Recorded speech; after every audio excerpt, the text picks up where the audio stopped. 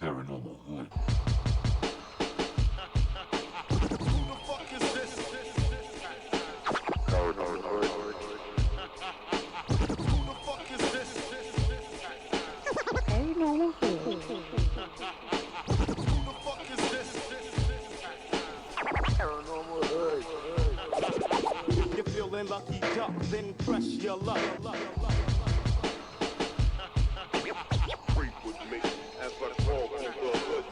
We are the paranormal voice of the hood. Jiggy and the Hoodie.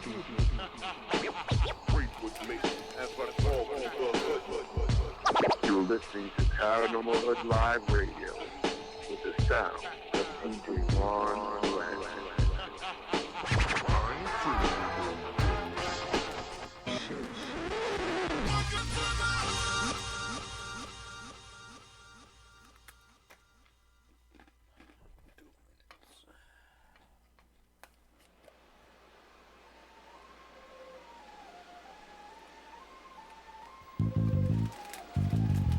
Paranormal Hood. This is Paranormal Hood. Jiggy and the Hoodie. Ain't afraid of no ghosts.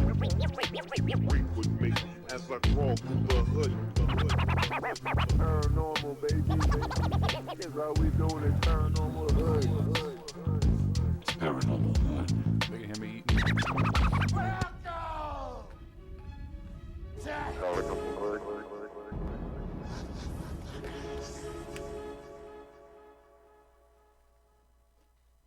Keeping it on lockdown. All world is in the building.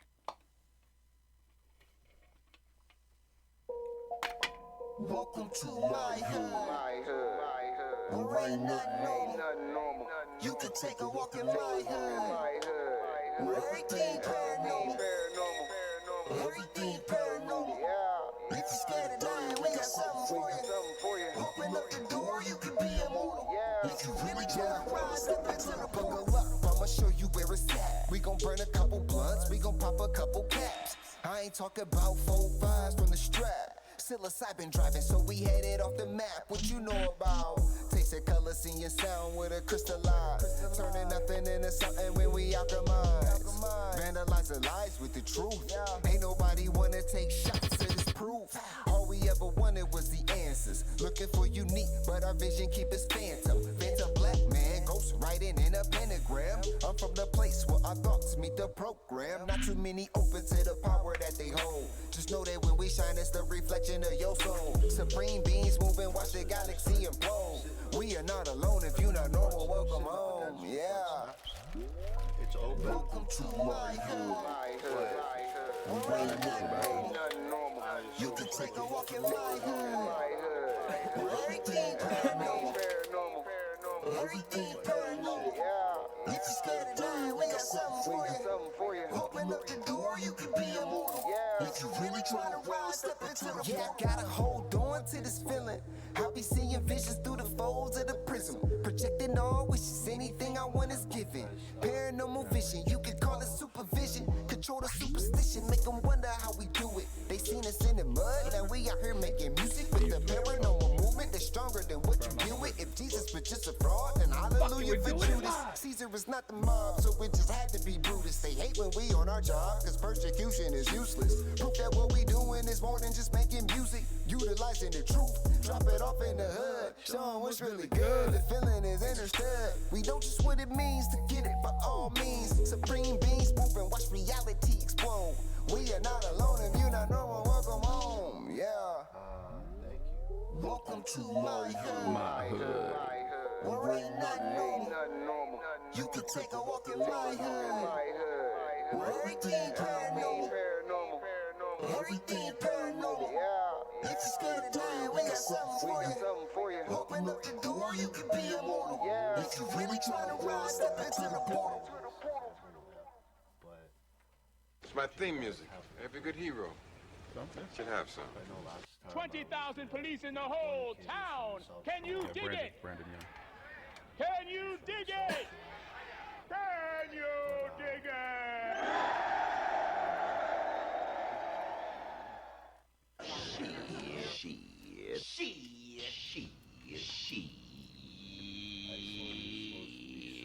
Smoke weed every day. In Iceland. From Boston outer space, we're gonna take you all over Yeah, the place. they got So those, sit back and enjoy the water ride, with because this is glaciers. Paranormal Hood Live. Some Iceland is supposed to. All right. You're gonna learn today. And you know this. Well, here's the cool thing. If you book a flight to like Europe on Iceland Air, you can actually fly to Iceland, stay there for free.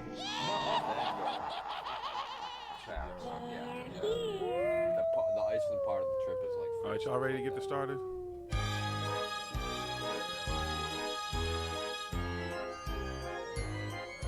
Round and around and around she goes.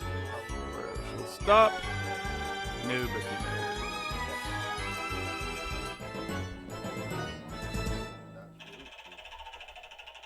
And your hotel in Iceland is you don't have to pay for it. You know, you obviously got to pay for your food and whatever else you do when you're there, but the hotel, you get a free hotel. Can you turn your mic down? Yeah, you just go there. What's Hood Hoodies? Welcome to the Thursday night. It's Paranormal Hood Live Radio. We're live and direct in the Garden of Knowledge Studios. I am your host, Jiggy. I am Smoke King. Could y'all do me a favor? Because we got our homeboy up in the studio with us, Animal, right now. And he was asking, like, where some of the fan base is from. So could everybody kind of, if you don't mind in the chat, just shout out where you're from. I know people from different places and stuff, but it'd be cool for him just to see where everybody's from, because we got people from all over. Yes. What's up, everybody in the chat? KB, Philip Blair, Jonaside, Out of Mind, Littles is up in there. Let's see. Planet Lupa, UFO Gandalf. Did I say Jonaside? I did say Jonaside, right? All right. Did I get everybody? I think I got everybody. Raphael Marquise, what's up, Raphael? Peace, my brother. And we're riding out. Seattle. Yeah, you'll see different Cali's up in there. I know England, I think, is, yeah. Seattle, Scotland. We got the Netherlands, San Diego. Yeah, see? The Netherlands. Omar Corona, what's up? That's beautiful. Seattle, they got a hockey team coming in this year. They're getting hockey? Yeah. Really? That's cool. Professional hockey team this year. Oh. What division would that be, though? Wisconsin. They're gonna be in. I don't know what division yet. Honestly, I have to look into it. Actually, 2022, I think they're coming in. That's dope. We got all kinds of sports fans here. We love everything: hockey, baseball, football, basketball. In fact, I'm going to the Yankees Red Sox tomorrow night. So yes, folks, let's get it started. How's everybody doing? Welcome. It's Thursday night again. We're gonna rock out. Well, he's in France right now. Yeah, That's awesome. he's traveling. Are you? Hey, We have a bunch of people. Gandalf, are listen you from going to see Australia, Davey? New Zealand. I don't know if he's going to go overseas because Davey's in Scotland. I don't know if he's going to go see him while he's Yeah, there. we got Davey. Listens from Any Scotland. Matt Yeah. Sweets? I'm just looking. He's in France at the moment. Must be nice. Yeah, you were saying it's hot in France too, like you said. Yeah, it's they like got hot. the heat wave that we had last weekend is over in Europe right now. Y'all enjoy that shit. 'Cause we had it last week. Yeah, even I said it was too hot, so you know it's gonna be fucking ridiculously hot if I'm like it's too fucking hot to go outside because I usually don't give a fuck how hot it is outside and stuff. It wasn't really the heat, it's because it was humid too here, so it was fucking hot and humid, and it was just fucking nasty. I'd burn. Oh, that's awesome. Yeah, you're in Scotland next. That's awesome. Enjoy. When you getting over here? When y'all gonna make it over here? Come hang with us. Roll up in the Garden of Knowledge Studios and smoke some spliffs. All right. But yes, folks, it's another week. We're back. Thank you, everybody who's joining us so early. Appreciate you guys. We're gonna rock out, do what we do. It's open topic, but we're gonna discuss a little bit about the 50th anniversary of the Apollo moon landing. Neil Armstrong, and there's some developments about Neil Armstrong we're going to be talking about and stuff, so there's definitely some stuff in the news that we can holler about tonight. Motherfuckers are still talking about Area 51 shit's kind of dying down though, but we'll see. I got some stories there. It's not Alright, dying see? down. So we got a lot of stuff to talk about tonight, so get ready to rock out. You know what I'm saying? He said the humidity sucks. Yeah, it was hot as fuck over here, but whatever. We get 3 months of heat, and that was like a month of real hot heat, so whatever. If it starts doing that shit in like February, then we have something to worry about. Yeah, summertime is it was, I mean, Whatever, it was man. nice at night during that last weekend. Heat wave. But That's right. All right. Find something, and let's get started, folks. For those of you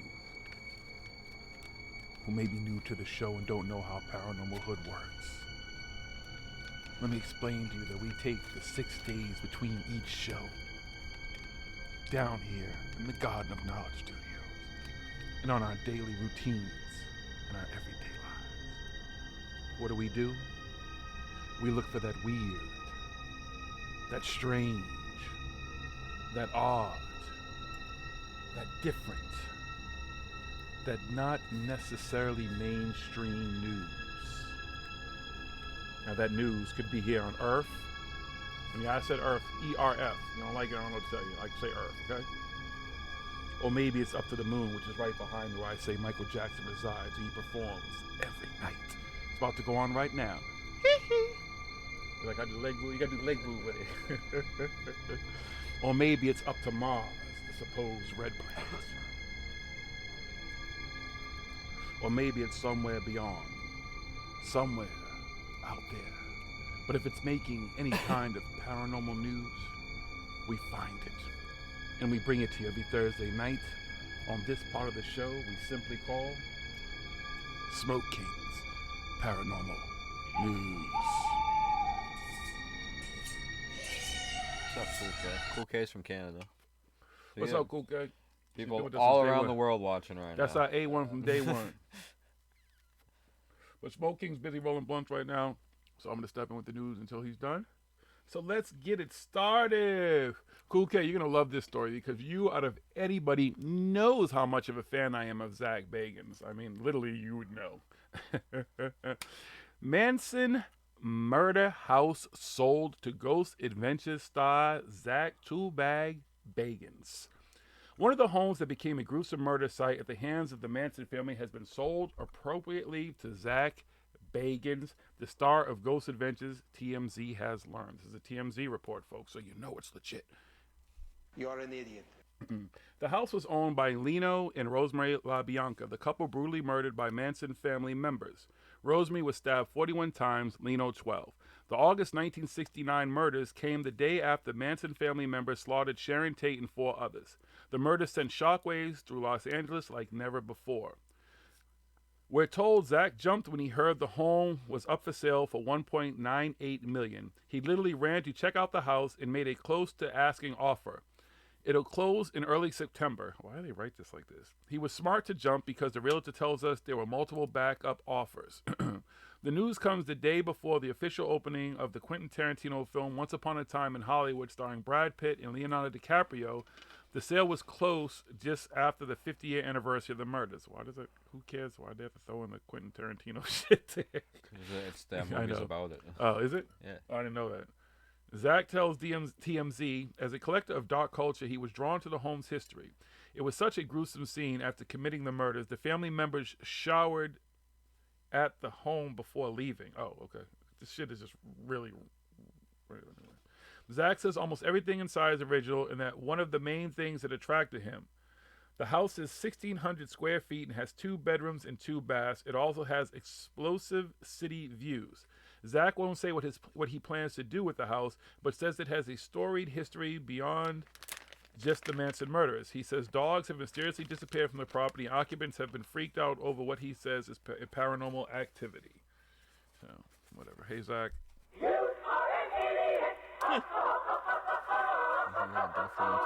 Yeah, good luck with that, folks. Enjoy going to the Zach Bagans murder house. Murder house. Murder house. Let's see. And all the years of that fucking house being there and all the stories to come out of that house, not once have I ever, because I was a Manson fan. I follow the Manson stuff and everything like that, and I knew the house was for sale and stuff, and it is a really nice house, and the fucking views are amazing. If I had $2 fucking million, I would have bought it too. But never has anybody ever have I read a story or heard anybody saying that the place is haunted by the fucking the people. Ever? Never ever. Not one. Never have I heard anybody saying dogs disappeared. No fucking paranormal activity fucking stories have ever come out of that fucking place ever. They will now, though. Oh yeah, I'm just fucking. There's gonna be tons. Zach's of them. been writing them for the last few fucking months. Fucking. That's your man's in them. All right, let's go on to another story, folks, that's made the news. Security guards encounter unsettling mystery creature at Pakistani market. In a puzzling story out of Pakistan, workers at a major outdoor market are on edge following reports of a supernatural creature spotted by security guards. According to a local media source, the strangers began around a week ago when a night watchman named Gulzar was sorry, I can't help it. Yo, I love how you can roll right over Dude, because if I get certain stories like African ones or anything, I just go right into this shit. The English ones sometimes it's fun. Fuck it. Okay. When a night watchman named Gulzar was patrolling the grounds of the Shirhash Kabari market in the city of Karachi. Hearing sounds of dogs making a ruckus near one of the site's warehouses, the guard headed over to the area to investigate and encountered some kind of mysterious beast. The creature was black and its eyes were as bright as a torchlight, recalled the shaken security guard, who marveled, "I have never seen anything like that before in his 25 years on the job." Alas, Gulzar's attempts to tell his colleagues about the run-in with the eerie interlopers fell on deaf ears as they dismissed his tale as work of fiction. Fortunately, it did not take too long for the guard to be vindicated as a second worker stumbled upon the beast while on patrol the following night. As is often the case, the reports from the two guards quickly led to all manner of rumor and speculation to spread throughout the market to a point that it's quite difficult to discern what exactly may be lingering in the area. Word on the street in Karachi, word on the street, son, in Karachi is that the beast is 5 feet tall and can leap up to 20 feet in the air. The creature is also being blamed for the mysterious death of 11 goats at the market, which has led some to suspect that perhaps it's a chupacabra. Uh-oh. Not everyone is on board with the idea that the market is being visited by a dangerous creature from out of this world, as one worker at the location dismissed the whole affair as the work of pranksters. Be that as it may, it seems that a fair number of traders are taking the matter seriously and have begun closing their shops early for fear of falling victim to the beast when the darkness of night arrives. Others have even gone so far as to report the weirdness to the local police, who say that they have heard reports of the mystery creature and plan to investigate the situation. Well, y'all motherfuckers might want to get on that. Find out what that is. Silence, It's probably a dolphin. Maybe. Yeah, Manson is a very interesting soul. And he's very misunderstood, but he also is very fucking crazy, or he was very fucking crazy. There's no denying that he was. He did have some screws loose, but he also did. He very interesting. Some very interesting ideas and stuff like that. But then there's a lot of Doesn't make him a good person. Well, Some more stuff. safe travels. Peace and love. Sure. Sure, we'll be here. All right, I got one more before you have to jump in. You want more? Yeah, why not? Then you can. Mysterious sculpture unearthed in North Carolina stumps experts. A curious and rather sizable sculpture of a face was recently unearthed on a farm in North Carolina, and experts are stumped as to its nature. The puzzling find was reportedly made when a worker was plowing a field on the property of a man named Tom Giddens and struck a rock in the ground. Focused on the task at hand, the farmhand deposited the obstruction nearby and continued on with his work. When Giddens stopped by and spotted the stone, which measures 2 feet long and 1.5 feet wide, he turned it over and was stunned to see that it was a sculpture of a face. To his credit, rather than place the curious discovery on his mantle as a conversation starter when visitors come to his home, the bewildered farmer contacted the North Carolina Office of State Archaeology to report the find. It really is a mystery, Assistant State Archaeologist Mary Beth Fitch told a local TV station, conceding that we don't know what time period it's from. It could be a piece of folk art, or it could have been made a long time ago. Aside from the size of the sculpture and where it was found, the only other clue appears to be that it was made of sandstone. In an effort to get to the bottom of the mystery, the department shared a 3D rendering of the piece on their Facebook page and asked if any of its followers had insight into its origins. Oh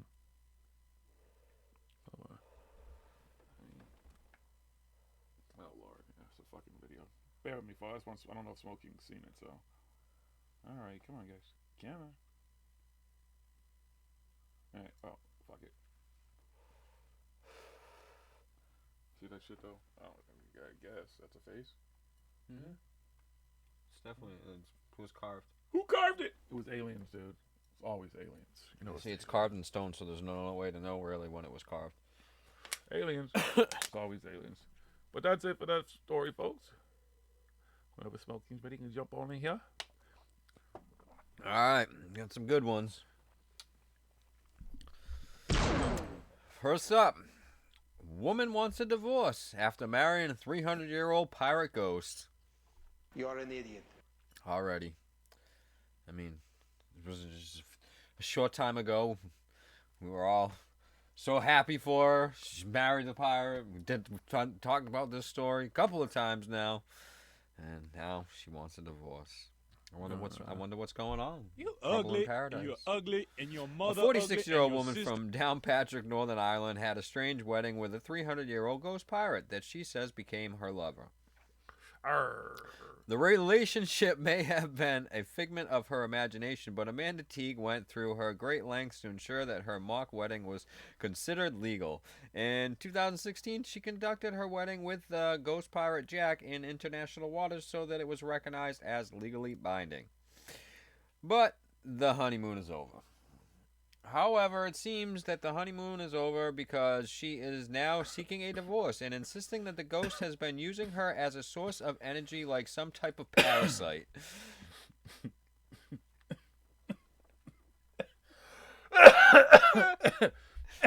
Oh shit! She said that things got so bad that she eventually attempted to exorcise Jack, but he turned on her and attempted to take her life.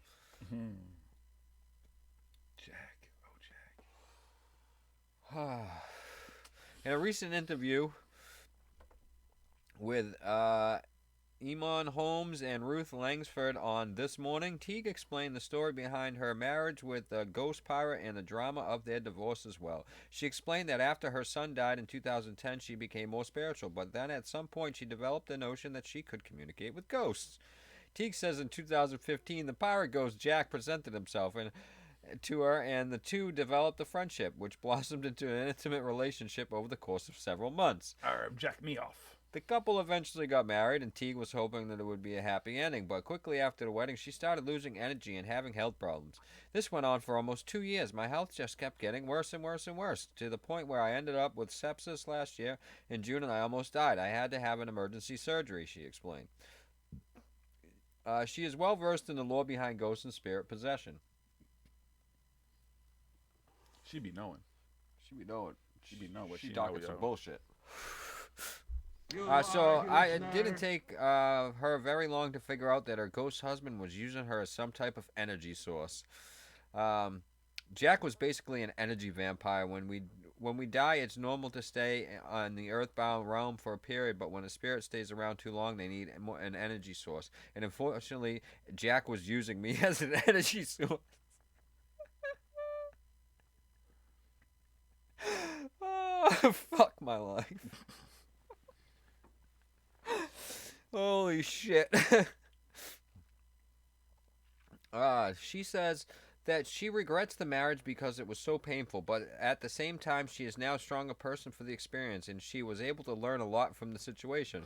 For one thing, she has entirely quit communicating with spirits because she has learned that not every entity out there is a being of light. Well, good for her. I mean, at least she learned her lesson. You suck.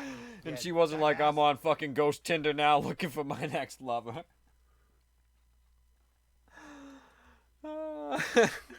You are one pathetic loser. Is that it?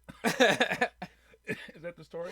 That's the end of the story, and I don't mind. That was fucking great. Yep.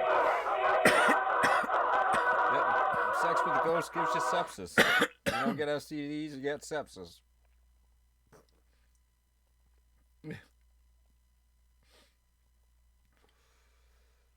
Oh boy. Can I give her one more? Hold on. Yeah, go ahead.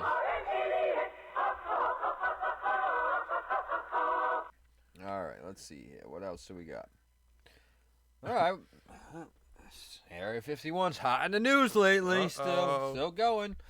We're not just storming Area 51 now. We're storming fucking Loch Ness Monster. We're storming the Loch. Shit. More than 25 people vowed to descend on Scottish Lake to find a mythical monster. Are they divers? 2,500 people. They have sonar. They got boats. Are they going to stand there and have a candlelight vigil? What are they going to do when they get there? That's what I'm wondering.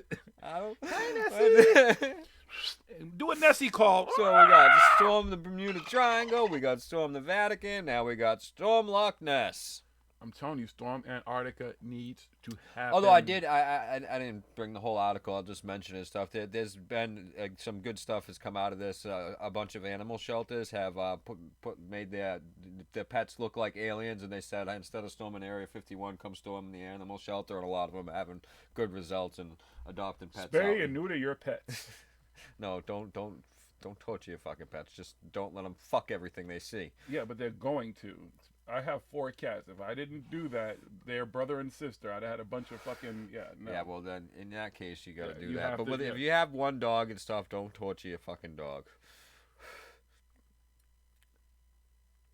All right, so the social media page titled "Storm Loch Ness: Nessie Can't Hide from Us All" invites people to descend on the lake in the Highlands known for the unresolved myth of a monster living in its depths. Loch Ness Monster, popularly known as Nessie, is a creature who came worldwide prominence in 1933 when a water bailiff and his wife came to see a dragon or a prehistoric animal in the lake. More than 25 people have clicked attend the event, which is planned for September 21st at 3 a.m. Another 49,000 have expressed interest in going along. Anybody close to the loch that can go? Anybody going to represent us? Represent the Dank Alliance? Organizers Brian Richard wrote on the event details, "The time is now for us to find that big boy." That's literally what he wrote. That's what it says. Find that big boy. However, the RNLI cautioned that the loch southwest of Inverness is 230 meters deep and poses a risk of cold water shock and hypothermia. With no U.S. Army involved, the Loch Ness looks a little less hazardous than storming Area 51, but we have our own set of problems. The Loch Ness RNLI team warned. Our Atlantic 85 lifeboat has an impressive survivor capacity, but even that will be stretched by the attendees of this event. The statement said that, joking aside, there were some facts to share about the water mass, including that it is deep to an equivalent of the height of nearly 2.5 Big Bens. That's pretty deep. Ben. That's Big Ben. The water temperature is cold. In fact, an average of 6 degrees centigrade all year round, meaning cold water shock and hypothermia are real dangers. Well, the conditions in water state can deteriorate rapidly, going from flat calm to a large swell in minutes. There are very few areas on the shoreline where it is possible to make it up to the road. Waves and wind generate rather than tidal, so they behave differently to how users might normally expect them to. It's fresh water. It's less buoyant than salt, meaning more effort is required to float or swim. It comes after more than 2.5 million people signed up to the Storm Area 51 event. So, yeah, there's another one for And to those folks,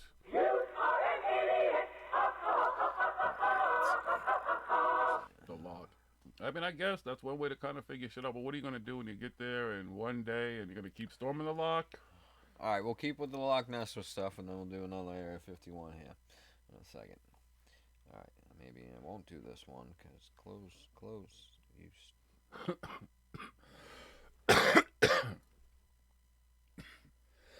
Yeah, there we go. All right, I guess I can do that story. I'll have to find it again on the other thing that I was looking at. All right. So we'll go with this one here. Arby's is driving its food truck to Area 51 and will feed anyone who shows up to raid it. Well, damn. Arby's going to be sending a lot of food, right? Go ahead, Arby's. Do your thing. Any liberated aliens will get free meat, too. Woohoo! If you've ever had a big crowd RSVP on Facebook for your party only to have no one show up except Sweaty Josh from yoga, and you know how the Storm Area 51 event is probably going to go down. And that's it. That's the end of the story. That's all. That's it. Okay. Well, if you go there, folks, you can get some free But Arby's is going there. And Bud, too, right? I thought that I had the longer version going? on that. Maybe is that's Bud? Yep, Budweiser's doing Budweiser's going, things. so you can get some beer. You can get some Arby's. Shit, it's going to be a good old time. Good luck with that shit. You're an idiot. Arby's.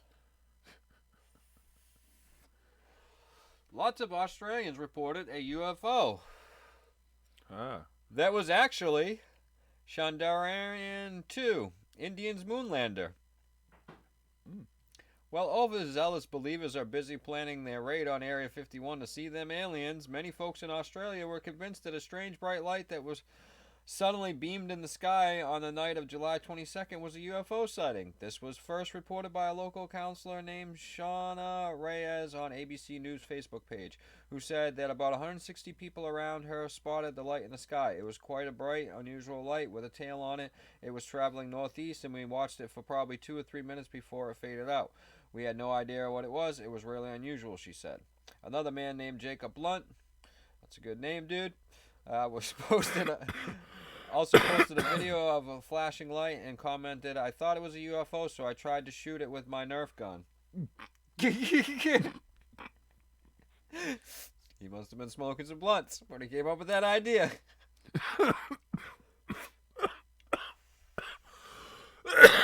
That was a bad time. That shit to be so fucking funny. Oh my goodness. But what some Australians believe was potentially alien activity was what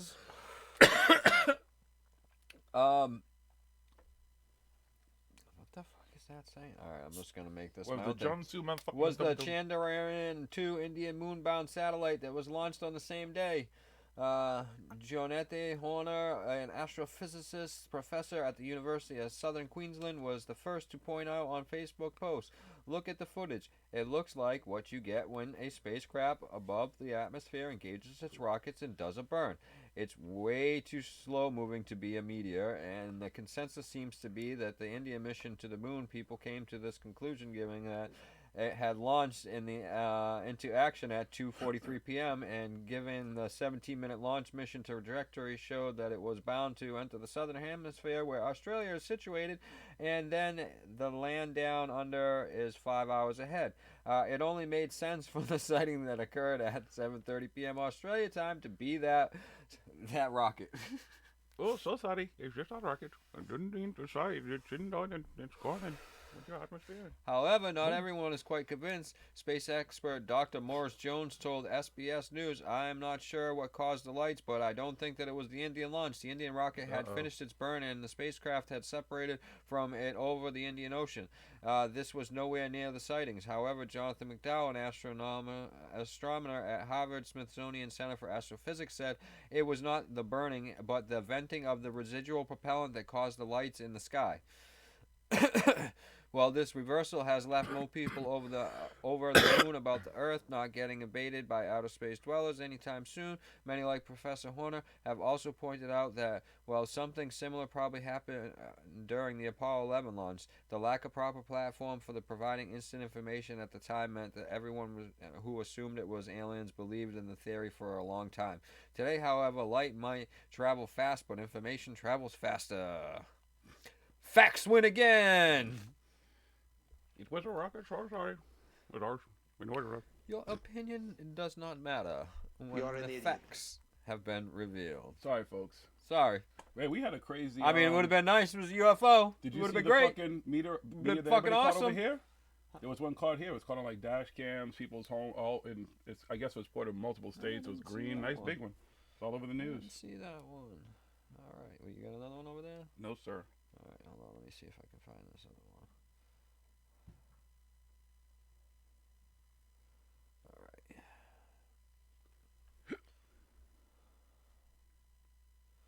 Here we go. You like that? That silence. Sonar picks up large object under Loch Ness, sparking Nessie claims. Oh God, it's all Nessie now. Nessie in Area 51. The skipper and passenger on Loch Ness cruise boat reckon they have spotted Nessie underwater using the boat's sonar equipment. Skipper Mike Bell's recording was of a 25-foot long moving object, and it has been accepted as a monster sighting by the official Loch Ness Monster Sighting Register, the 9th of the year. Mr. Bell, 24, was on the Loch Ness cruise vessel Nessie Hunter off Uricourt Castle when a family noticed the exciting image on the publicly displayed sonar screen.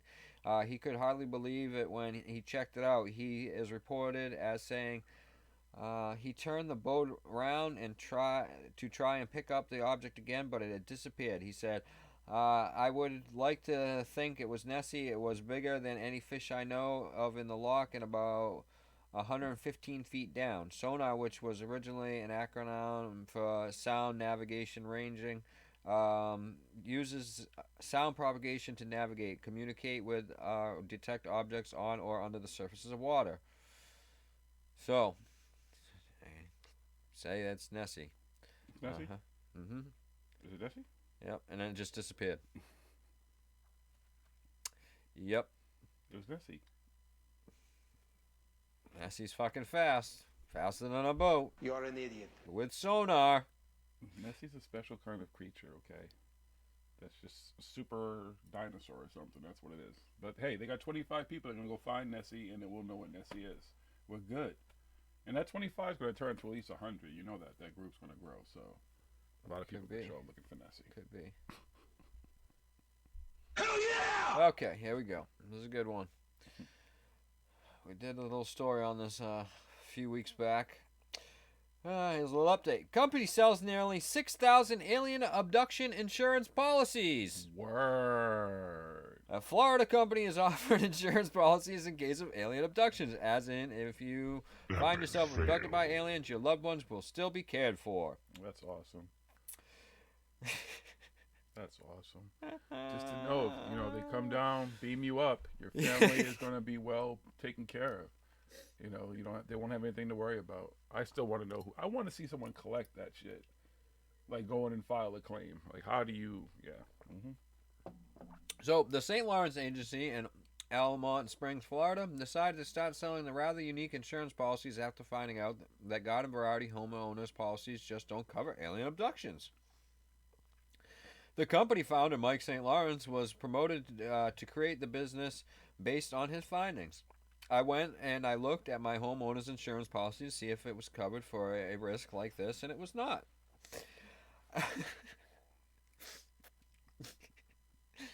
I take a very open-minded approach to this, whether it's happening or not. St. Lawrence, who says he is in the humor business. But if you get one of our policies, show you have a sense of humor about it. If policyholders can prove that they were abducted by aliens, they can cash in on their policies. The agency requires an authorized onboard alien signature in order to effectively process the claim and cash out the policy. Some way you have to be able to prove it, and I have a couple of exceptions where they didn't get the signature, he says. According to St. Lawrence, the company has sold nearly 6,000 alien abduction insurance policies, which start as low as $19.95 per a month. They should have Travis Walton as their spokesperson. Hello. Goddamn, I should have fucking been an insurance fucking salesman. It is the fucking biggest goddamn fucking racket in the world.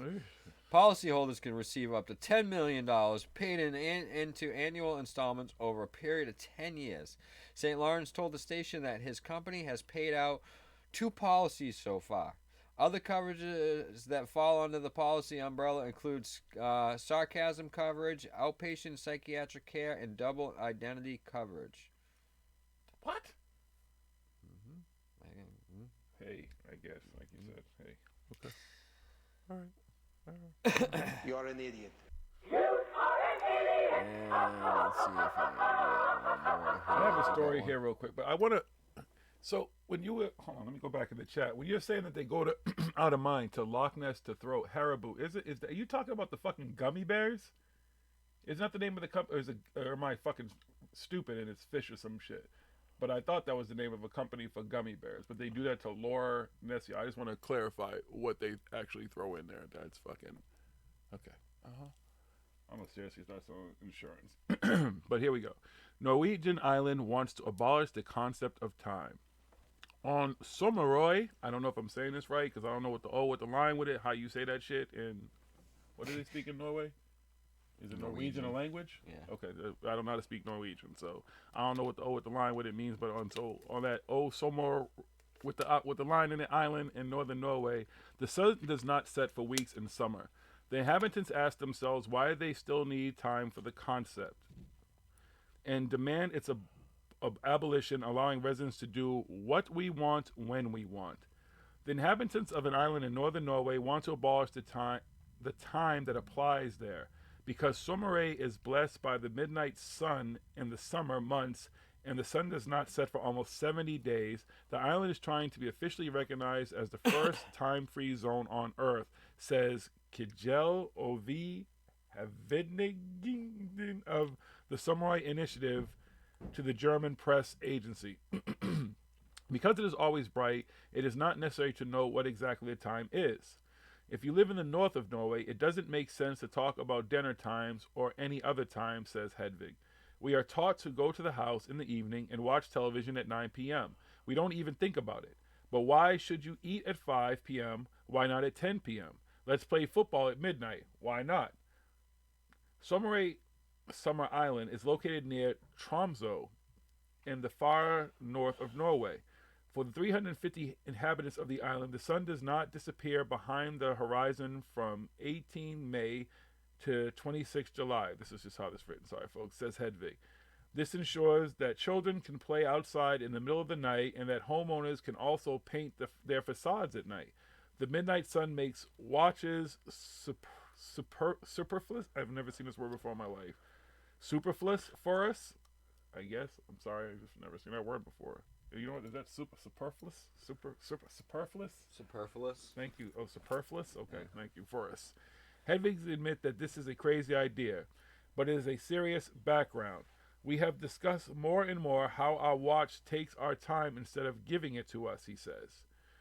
While lovers elsewhere hung castles on bridge railings, some at a summer rate now do so with their clocks, and the idea is becoming more and more concrete. A petition was signed, and a few days ago, Hedvig presented it to a member of parliament. Always thought that people become mad without proper circadian rhythms, and this is just another evidence. Okay. What? Alright, okay. That's it. But okay. Alright, here's a good one. And I'm done for the week after this. Okay. Let me get ready. Go ahead. 3 forced to consume human excreta, take that as you will, over witchcraft suspicions in Harakand. The accused suspected that the victims used to perform rituals that made people fall ill in the area, the police said. 3 persons, including 2 women, were allegedly forced to consume human excrement in Jaharkar town. I don't know if I'm saying that fucking right, but whatever. Last week on the suspicion of practicing witchcraft, police said on Tuesday. 4 people have been arrested in connection with the incident at the Jahari Mohalala area last Tuesday. The arrests come after a video of the incident went viral on social media on Monday. The accused suspected that the victims used the rituals used to perform the rituals that made people fall ill in the area. Police station in charge. I don't know who wrote this fucking. Oh, the Deacon Chronicle. That's why. Adikanta Mahana said that Vera Das, 50 years old, Hari Das, 32, Havari Devi, 30, and Shanta Devi, 48, were arrested, while 2 others were absconding. The incident comes days after 4 elderly tribals, including 2 women, were lynched in Golman district on suspicion that they were practicing witchcraft as well. Yeah. Uh-huh. You're an idiot.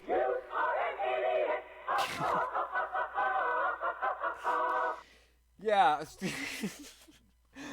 Uh-huh. Right. People eating shit. Yeah. Mm-hmm. Yeah. Just eat this shit because you're a witch. Yes. 2019, and they're still fucking with people. It's amazing.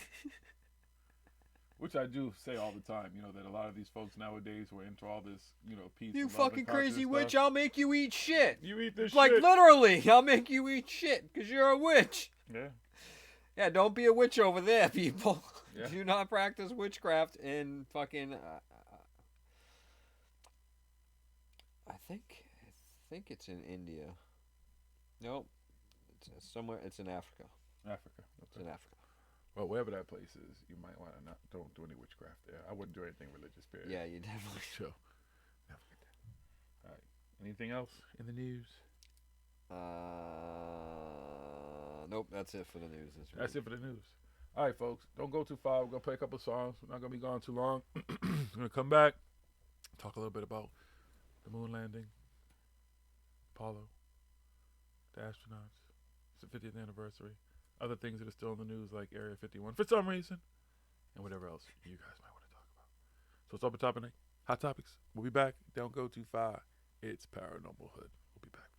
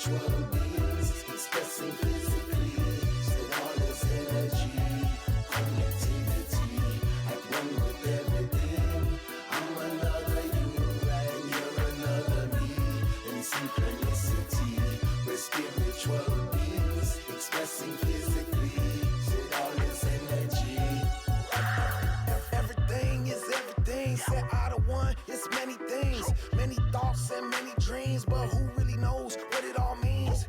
You was always in my heart. When we do our best, we do our part. We all is artists, our life is art. Ain't working hardest, I'm working smart. Conscious, connected, geometric, redirected with acceptance of existence as it is with no resistance. The holographic expansion extends and blends all dimensions that never ends. Fractals form from a massive core as the pendulum force swung back and forth. The one most sacred prayer we share is air. Breathe, become more aware. Compliments in opposite pairs. I'm ascending up them spiral stairs. Now we bring the fire. Chant a song, but there's a lot say I hear me prayer. Now we bring the fire. Lightning, brimstone, Emmanuel, Marcus, Mosiah. And one with everything. I'm another you, and you're another me. In synchronicity, we're spiritual beings, expressing physically. Said all is energy, connectivity. At one with everything. I'm another you, and you're another me. In synchronicity, we're spiritual beings, expressing physically. Said all is energy. Start to build like an architect, and when the line starts show, see it all connect. And I would all respect to keep it all in check and see through the times all the signs are left. Start see it connect like meridians. Whole world waging a war like the Gideon. Only see as far as the walls act to living in. We all one where the Reuben and Simeon, Abyssinian touching the Caribbean. The same blood become the West Indian. Without each other we're not too resilient. Tossed to the wolves and lost in oblivion. All about the oneness, love and abundance. Life in the ice, most I gonna run this. Keep it 100, life needs substance. Must give something, that's what love is. Yet they wanna say that John and I and Cosmos watch out for the fallen skies. We only watch out for the watchful eyes who wanna harm I and not harmonize. Now we bring the fire. Chant a song, but there's a lot say I hear me prayer. Now we bring the fire. Lightning, brimstone, Emmanuel, Marcus, Mosiah.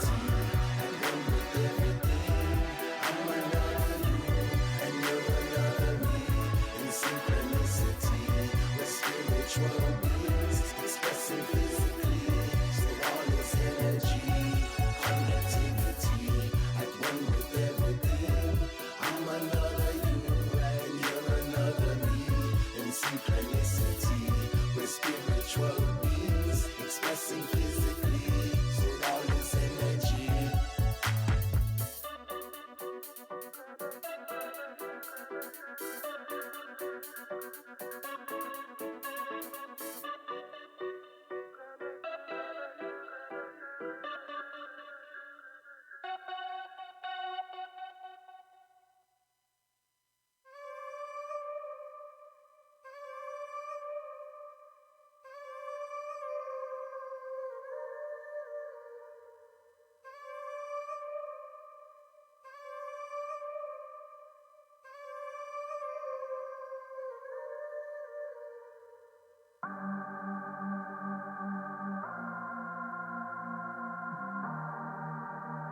Yeah, yeah, yeah, yeah.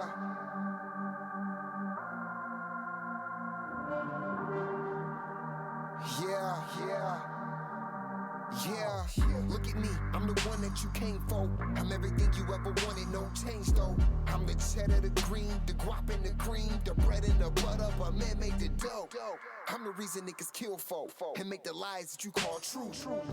I'm the reason why they call troops and drop bombs on the lands and they call truce. I'm the false truth. The American dream ain't nothing it seems until you believe and make me your king. Be slayed by me and these shackles are free. And they got diamonds, man, look how they bling.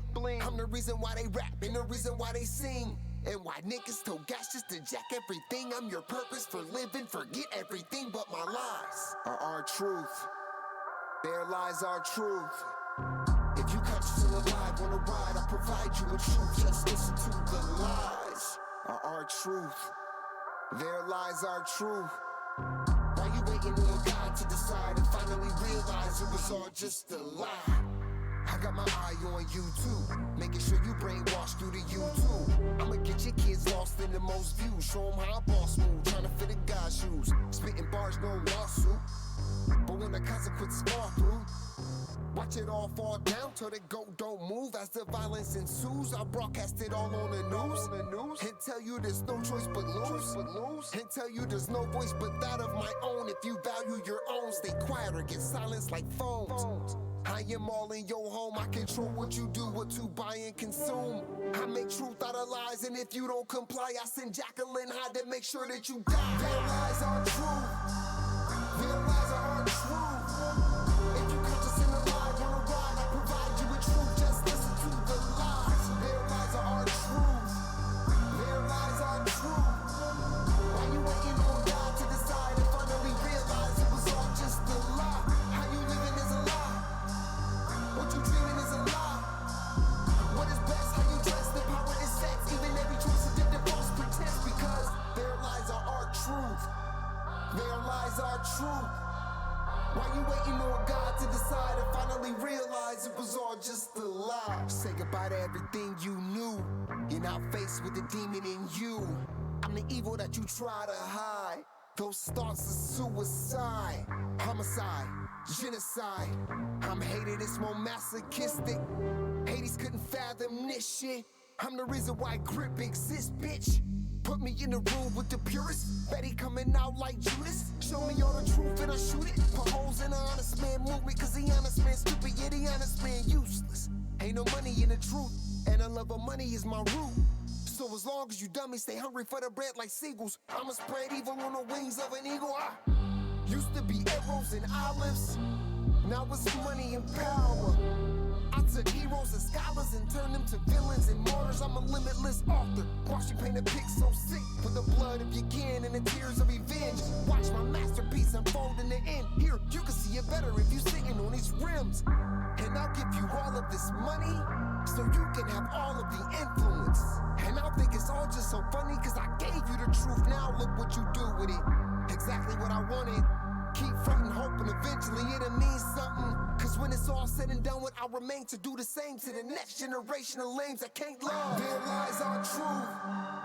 Their lies are our truth. If you conscious in the lie, wanna ride, I provide you with truth. Just listen to the lies. Their lies are our truth. Their lies are truth. Why you waiting on God to decide and finally realize it was all just a lie? How you living is a lie. What you dreaming is a lie. What is best, how you dress, the power is sex. Even every choice is different, false pretense. Because their lies are our truth. Their lies are truth. Why you waiting on God to decide and finally realize it was all just a lie?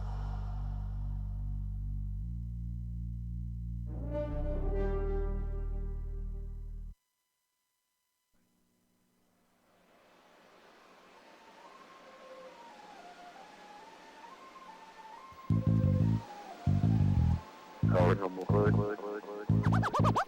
This is Paranormal Hood. Vicky and the Hoodie.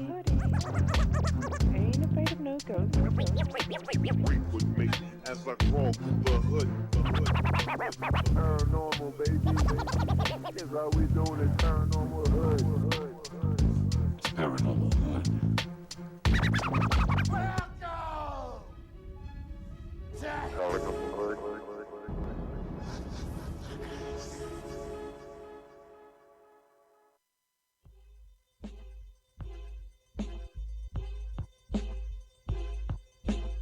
Creep with me as I crawl through the hood. Paranormal Hood. Paranormal. Paranormal. Paranormal. Paranormal Hood. Paranormal. Paranormal.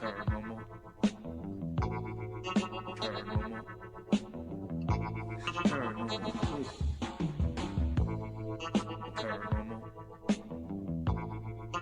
Paranormal. Paranormal. Paranormal.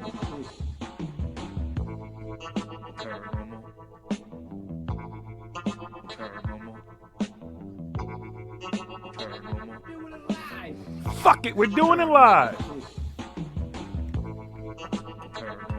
You swear to saying it ain't cool, K?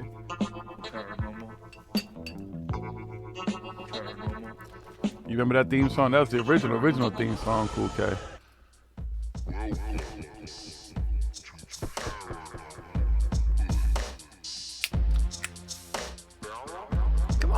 let's get live. You ready to do this shit? Bounce.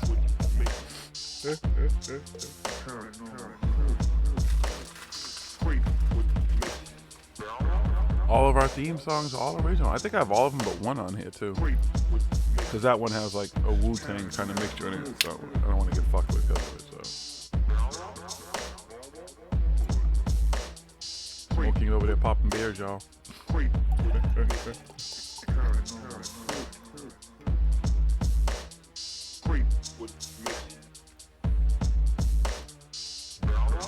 Pineapple juice, not from concentrate. Fuck that concentrate shit. Yeah, you gotta drink the real pineapple juice.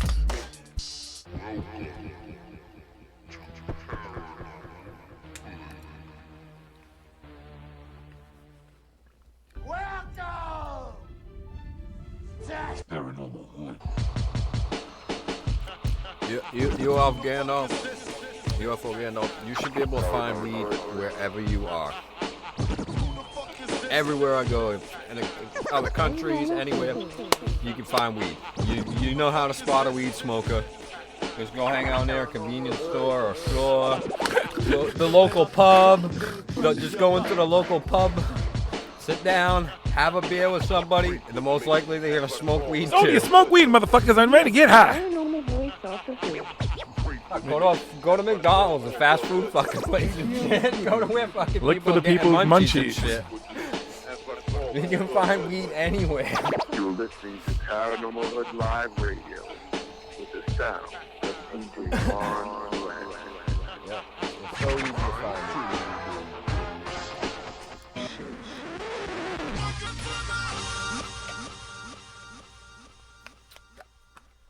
Keeping it on lockdown. All world is in the building. What's up, Andrew? You gotta change your name there. You got a cool ass stuff. You got a cool ass mask and everything. Yeah, Andrew, it makes it kind of dope. Unless you like using your government, it's all right. Yeah.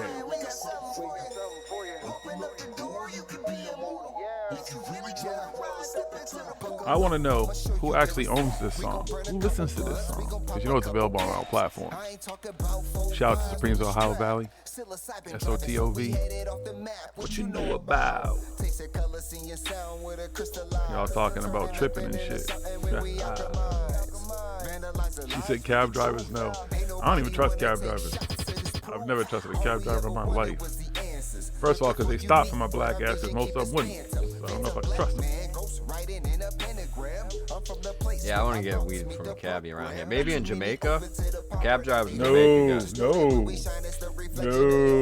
Are you crazy? You don't trust a cab. You ever been to Jamaica? You do not trust a cab driver in Jamaica. That's how you get robbed, son. You're bugging. That's who you don't trust. Nah. The picture, and the cabbie's like, yeah. Mm-hmm. And he opens his trunk, and he just had a whole bunch of weed, and he's like, here you go. If he's selling the weed, but I thought you talking about like being the middleman. You don't No, trust he them was selling the weed. He's like, yeah, I got you guys. Don't worry about it. They got there, and he's like, opens up his trunk, and there's just a fucking bag, like these big trash bags of weed. Projecting all wishes, anything I want is given. Paranormal vision, you can call it supervision. Control the superstition, make them wonder how we do it. They seen us in the Genocide, you were a cab driver? Can't trust you. I'm just fucking with you, bro. What you do it, if Jesus was just a fraud, then hallelujah for Judas. Caesar is not the mob, so it just had to be Brutus. They hate when we on our job. Shit, one of the funniest stories I ever heard was a bunch of dudes from the North Shore. Dude, they're all muscle-bound dudes from here who went to Jamaica, like 30 of them. And they all got in a bunch of, like a couple of different fucking cab fucking things. And the fucking cab took them out to the middle of the fucking woods and had a bunch of their friends waiting with guns and knives and machetes and everything. And they ran all their shit. What the fuck else was they gonna do? See? Fuck that. I don't trust those motherfuckers.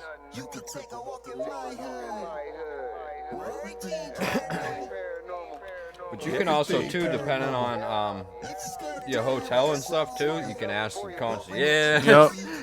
The bellhops. The fucking, the valet dudes. Theme music. Every good hero should have some. Just trying to think of all the different places you can get weed. Anywhere. Who to ask? Can you dig And again, you know what a fellow weed smoker looks like, so you know which one to ask and which one to not. And you walk up to the valet thing and you're looking and there's two dudes. One might not be the one to ask. Smoke weed every day. From Boston to outer space, we're gonna take you all over the place. So sit back and enjoy the ride, because this is Paranormal Hood Live. Don't y'all love it how we'll just talk through anything. We say, fuck it, we're doing it live. It's all fucking live. All right? Come on, guys. Let's go on the train. The train is pulling out of the station. Toot toot. All aboard. Who's coming with me? Who's coming?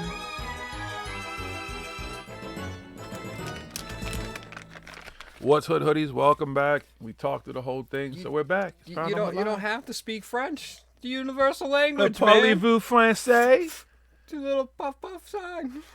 Excusez-moi, s'il vous plaît, monsieur. I am trying to get, as we say in America, high as the Eiffel Tower. I think at that point they will understand you, my friend. Come on. I know, just be careful too, though. Some of these countries, they lock a motherfucker up with a quickness. But those, I don't know. I ain't from there. You don't got no friends there? You gotta have someone gotta know something. Just learn to speak and learn how to see. That's what you gotta do about any language you go to country. You're supposed to learn enough of that language to get the necessities. Okay? When I used to go to Dominican Republic all the time and I'd jump in those cab and the motherfucker be like, I'll be like, I need to go to the pharmacy. And necesito por favor. And they're like, oh, what do you need? There you go. BG's got covered, dude. You could just use Google Translate.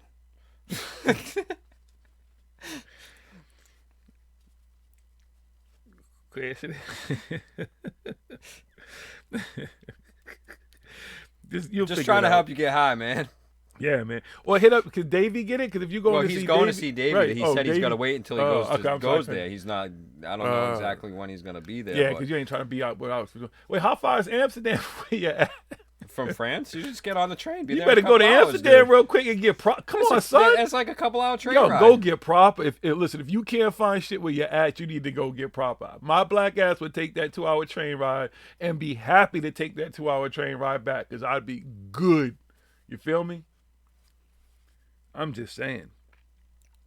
Speaking of which, who is Crystal? If you do show up at the thing, you need to, because I heard that weed is kind of a hard, like they kind of frown upon it there, but you can do, like, they're mostly into vaping, but I need to get high when I'm there, so. Especially if you go on the desert and shit, can't you just go on the desert and get high? Because last time I was in Arizona was the peyote incident of 96, and anybody who's listened to this show long enough, if Cool K is still here, y'all know how that ended. And that wasn't weed, that was peyote, so I want to make sure I smoke weed this time, you know what I'm saying, while I'm there. Especially because it's a UFO conference and I'm be trying to find UFOs. Because my homie Ben Hanson's going to be there. Now, see, Ben is my dude, all right? In spite of, I don't really know too much hype around Ben that's bad, except for John D'Souza saying that he wasn't a real agent, but I don't know if that's true, whatever. I don't know how that really works. I don't know how to find out. Maybe I could find out. Maybe I'll talk to Ben when I see him.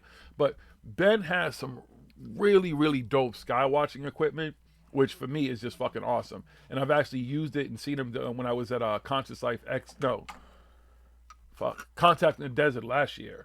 And he does this thing out behind the hotel at night, and you get the whole Skywatch view. Sometimes they'll take it out to the desert, but his wife was actually pregnant last time, so he couldn't go out to the desert and actually do it. So normally they'll take you out to like fucking Joshua Tree, whatever, you're going far in the desert, and they'll show you, because that was the funny thing, I've said this before, is that people watch it and they see these two things go by, like, UFO, oh my God, what's it? Me and him are laughing, because he's like, why are you laughing, Jiggy? I'm like, because those are satellites. Those are twin satellites. And he's like, good call, good spot. I'm like, yeah, because, you know, there's actually triple. Most people don't know there's 3 of them sometimes that you can actually see it up there. It's rare, but they're up there. And you can see the 3 if you really pay attention and worry about that shit. So kind of got to know what you're looking for in the sky and already know what's up there, which most people who are, I guess you would say, novice sky watchers wouldn't do. Especially you got flight tracks, you can know where satellites are. There's all kinds of apps that you can use that will pinpoint all that stuff. So Ben is just really good at the experience, and he's got great equipment and stuff. So if you're there, I tell you to really sign up for that thing, because it is fucking awesome. I'll definitely be doing that. So shout out to Ben Hanson. Still don't understand, if he's not a real G-man, why the couple of times he's been on the show, and you know this too, we've always had technical problems. It's weird. So, But we didn't have any problems when Johnny Boy was on here, did we? Did we have any problems when Johnny was on here, Mr. D'Souza? No. I don't think so. Interesting. And some people say he's the disinformation agent, so who knows? Is there really such thing as X anything? So yes, okay. You said you did Amsterdam last time. I was here. We didn't really have time to fit it in, but I'll survive till Scotland. Good luck, brother. I hear you. That's why, like, even work, like, I like clients who, like, let me smoke and shit and know I smoke and don't give a fuck. Because rarely do I take clients anymore who have a problem with me smoking. Because this is, like, at this point in my life, do I really want to spend, like, days with somebody and hours with somebody and then not be able to ever decompress a little bit?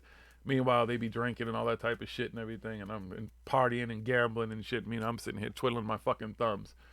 That's why I like my clients who at night, they know, you go do your thing, man. If I can't get high, I'm not coming. I'm not going. That's just my rule. No, that's you. If I'm not, listen, not able to get high, there is enough money that I don't have to get high. I'll put it like that. People will pay me. There's people who've paid me enough money to just be like, I just need you to just cool, no problem. You paid me enough, so I'm good. I will say that. There's just sometimes in life I know I'm just not gonna get high. Yeah.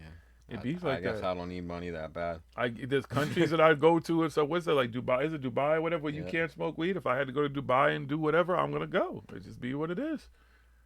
Yeah, I just have to survive. I can survive. Well, you technically you're not supposed to smoke weed here, too, but again, you can get weed in Dubai, too. It's all possible. All right. They drive with tigers hanging out their windows. They can get some weed in Dubai.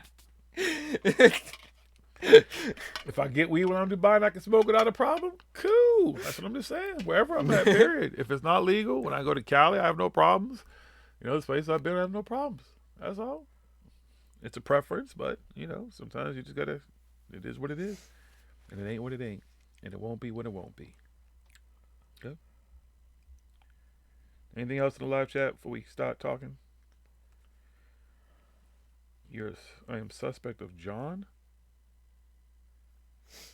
Something I'm missing here. I can be bought to be, but I'd still be an advocate.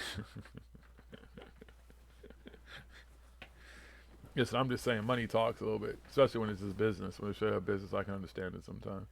And sometimes there's just not really time in there for me to smoke. So I've had those instances, and I just deal with it. They've been few and far between, luckily, like I said, because now I'm just at that point in my career and business where I just pick and choose what I want. But I didn't smoke weed most of my fucking career anyways. So it was never a fucking problem. Now, it's not a problem even.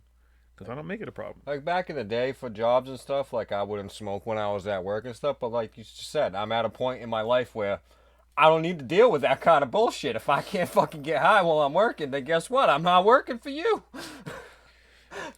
I'm just saying. It's like the thing I posted up the other day. I'm going to get high. It don't matter where it is. Birthday parties, kids' birthday parties, fucking funerals, fucking graduations, fucking bar mitzvahs. It don't matter. If I can't get high, then I'm not coming. Or just know that when I come, I'm going to be high when I'm there. I beg to differ. I know that everybody isn't into it. That's just me. I'm just different. I don't need to be high everywhere I go. And everybody doesn't need to see me high. I can't share that experience with everybody either. Because if they're not high, I'm the only one that's high. It's not even really always fun either. So there's just times. But I mean, there's very few people in my life who don't really smoke or have a problem with it anyway. So fuck it. You had an 18-year. I had it was like almost. Wow, I'm trying to think. Some like 80 something to literally I smoked probably 10 times in that period till after I had brain surgery in 2006. So you're talking almost 20 years of just not smoking weed, and few and far between in occasions. Like there was Jamaica, and there was a couple of different times when I smoked weed from peer pressure, but yeah. It just wasn't my thing. When I smoked weed when I was younger, it was different. When you smoke weed in the 80s compared to what the fuck you smoke now, you're talking about a whole different fucking animal. You're talking about like those were training. The weed I smoked in the 80s was training wheels. Occasionally, what was it, the Hawaiian Sophie or something, chocolate Thai or some shit, some crazy weird names you'd get back in the day that were rare. But most of the weed you smoke was garbage. So you just be like, fuck it. You know what I'm saying? Now this shit is like weed on steroids compared to what that shit was too. So. What's up, Natasha? And what's up, Steven? Steve Gambian. Tasha, Mysterious Voices, welcome. Drug testing at work. Yeah, the only job I've ever had, because I've worked for myself most of my life, was when I worked for Chrysler. I was an auditor for Chrysler, and them motherfuckers used to audit and shit. All right, fuck that. Sorry, folks. Right now, we're going to get into the conversation, but we're just talking to people in the chat, just kind of going back and forth in the chat. So any questions, comments, or whatever, now is a good time.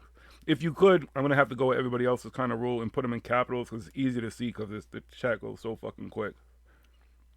Yes, she did. Tasha hung with us. Everybody saw that shit live.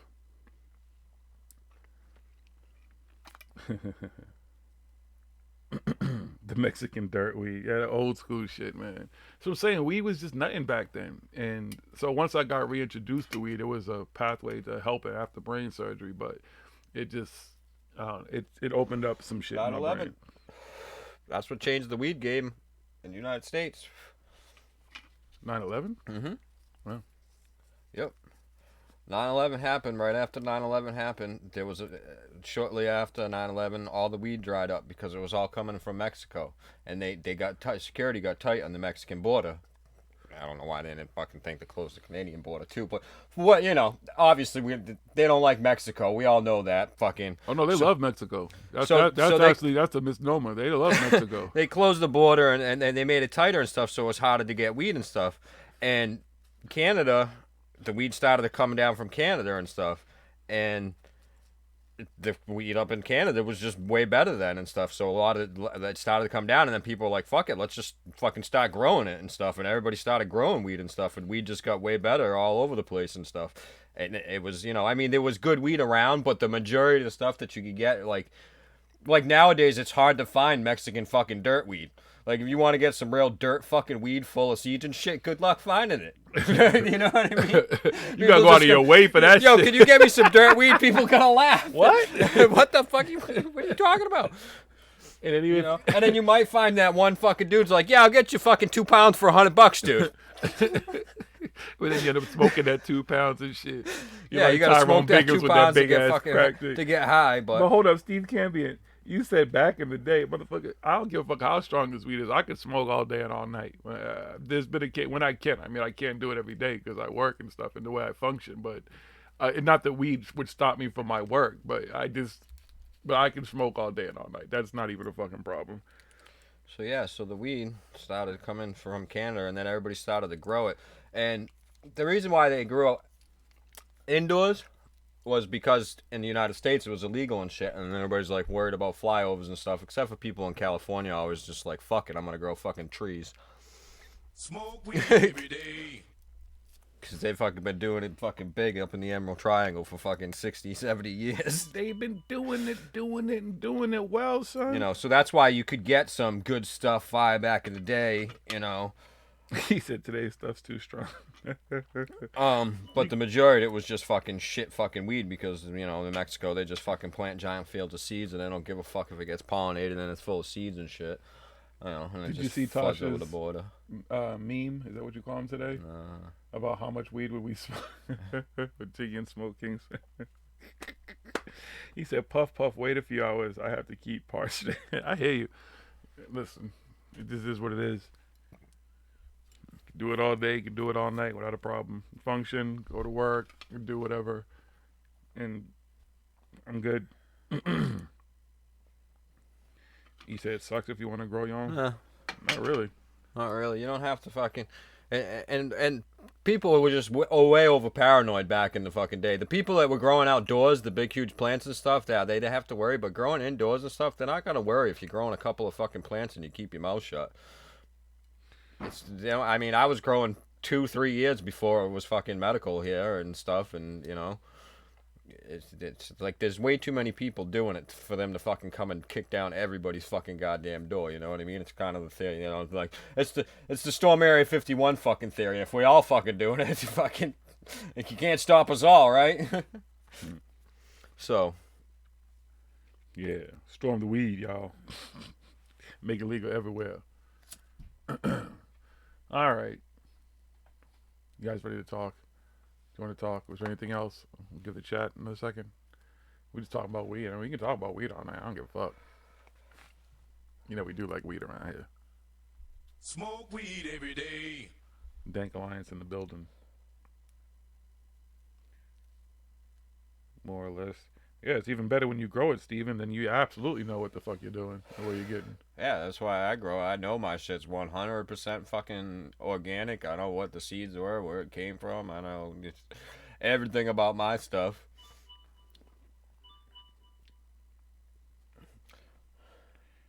You're buying 27% plus THC on my flower, and you can't find that here on the street.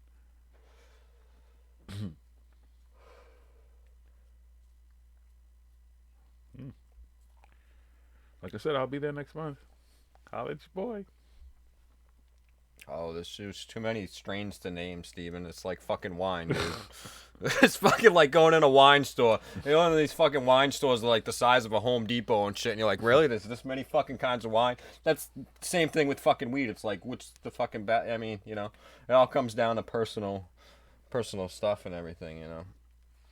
I told like when you go in dispensaries, it's hard because you're just in there like, oh, it's like they got everything and shit. You just don't know where to fucking begin. So, but my favorite, all-time favorite for some reason, is still one strain I had, a White Widow. I don't know what particular it was. I just know it was the Russian who sold to me in Worcester. Shout out to Worcester, Mass. The Russian. But mine, how you want something that's sativa dominant and stuff. Yeah, because sativa is the upper, right? Yeah, sativa brings you up, you know. So you'd want any, you know, sativas or sativa dominant hybrid if you want more of a mind high, you know. If you want to go to sleep, if you're that type, because it doesn't matter for me. Like I could smoke a fucking 100% indica dominant strain and I'll fucking smoke it all day long and I won't get any tireder. I don't really get the munchies either and stuff like that. You know, I mean, you smoke for so long, you don't get any of those. I mean, those are the side effects of weed. You get tired, or on a fucking sativa, you get a little energy and you get munchies. But after a while, those side effects go away pretty much. Once in a while, I'll fucking get the munchies, like real bad, like munchies, like, oh, fuck, I want something fucking shit, eat weed right makes now me and eat, shit. period. I wouldn't eat as much if it wasn't for weed. I don't eat a lot anyway. It just look like I did, or do. Steven met the Bubba Gump of fucking weed. And there was White Widow weed, and purple weed, and OG Kush weed. I'm sure Smoke Kid could rattle off 100. Mm-hmm. Easily. Probably more than that. I've grown over 100 strains. I can't name all that I've grown now. I've probably grown close to 200. Between 250 different strains.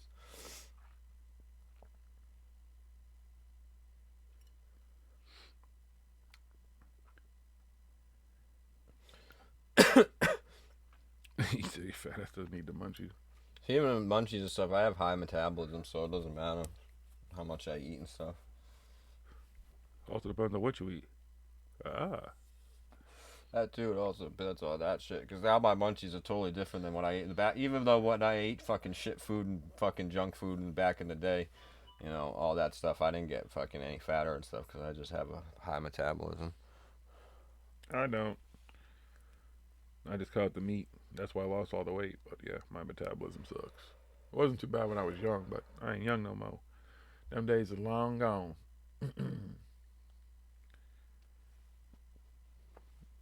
Did you start more? That's not more plants yet? No, not yet.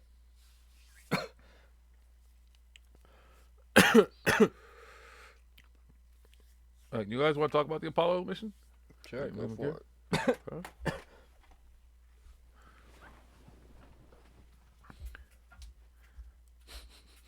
They're still talking questions about weed for you.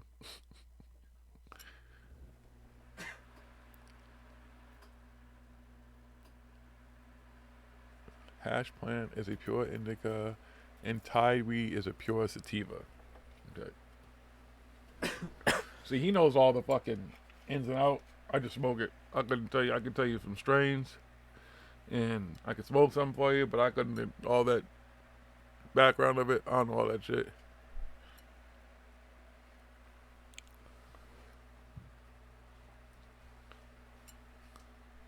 What the hell is Thai weed? Like actually like from Thailand? Yeah.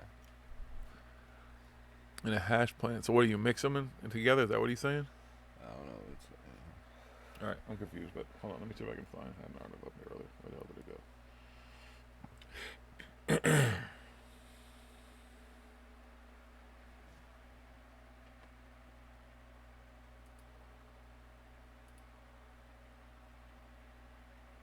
Give me a second, folks. I had a thing, but I lost it when I was doing the news earlier, so.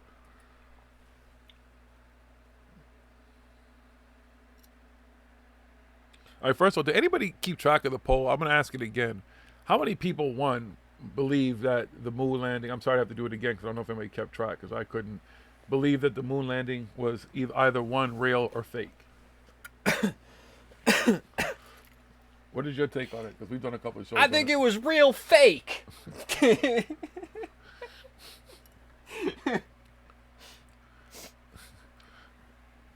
I think that they've been to the moon, but how they shown us how they've been to the moon, or at least on that particular instance, wasn't real.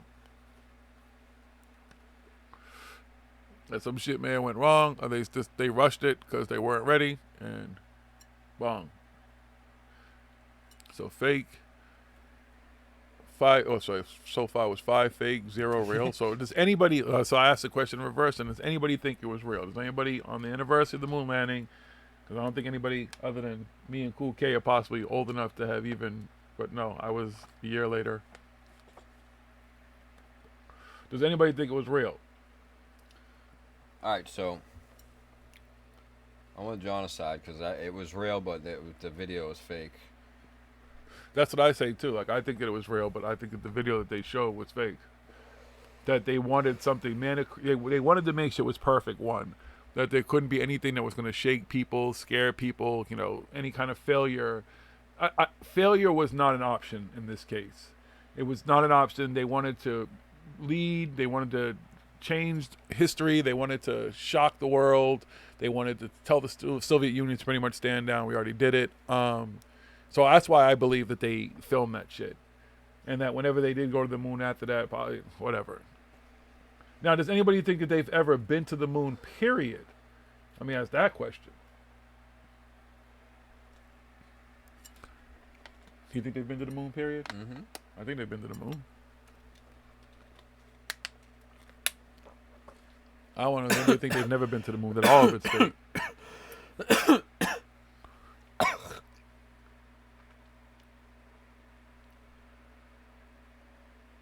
They lost the tech, really.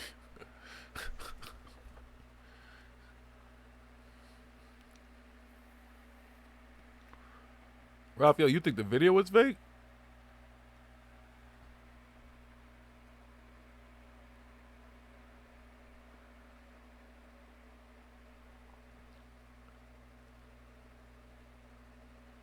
You want to say yes.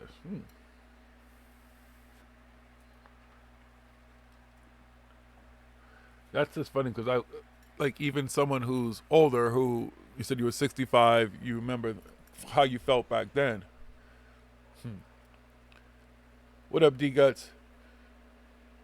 See, I think that everything about the moon that they've pretty much showed us has always been kind of manicured and kind of what they've want us to see. And that there's other shit that they do on the moon. And that Michael Jackson's up there performing. Because they make those motherfuckers, they have to sign a contract that they got to die. And they have to go up there and entertain the fucking people on the moon and shit. Because the people on the moon don't really get to come down here on Earth and experience that shit. So people like Michael Jackson and Elvis back in the day, you know, and other people exceptions because they may be dead now, had to go up there and do some performing and shit. The moon to me has always just been that thing that I think is a base on there. I think there's a lot of shit that goes on there. That's where most of the tech, not alien shit, human beings, a lot of the tech that they have and shit was first put to use, was on that fucking moon.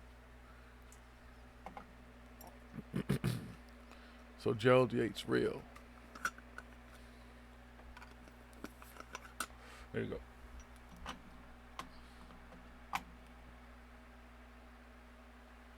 Wow, so wait a minute. Do you remember, did you get to watch it on television? Out of Minds? I think that's who said that they were old enough to have. Do you remember like watching it on TV? Because that's why I think that a lot of it has gotten lost on the rest of us. That everything that we have seen has been footage, and people can always take, you know, stuff that's not live apart and spend time looking at it and going over and over and over and over and trying to find what's right, what's wrong in it. And clearly after 50 years, that's been done. I mean, over and over and over and over again till the horse has kind of been beat to death. But I think that people who got to experience back then, that's... Oh, yeah, so if you got to see it live, it meant something different to you than it did to anybody who came after that. Even me a year later, you know, I was a kid. I mean, I was born in 1970, so it wasn't up to a point. I don't even remember when I first got to even see or got knowledge of it, or at what point, in what age.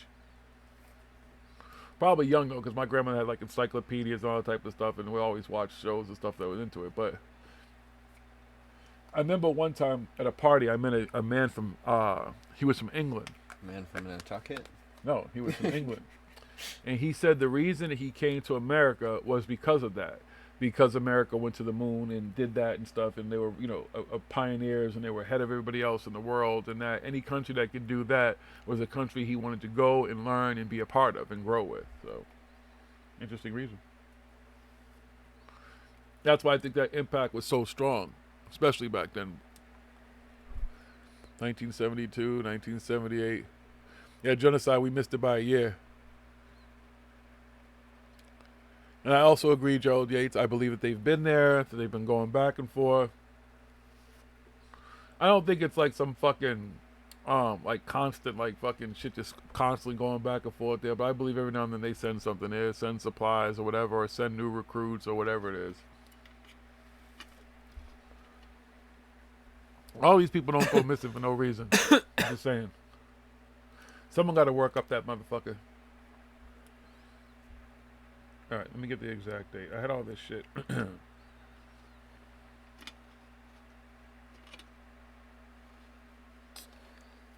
fuck?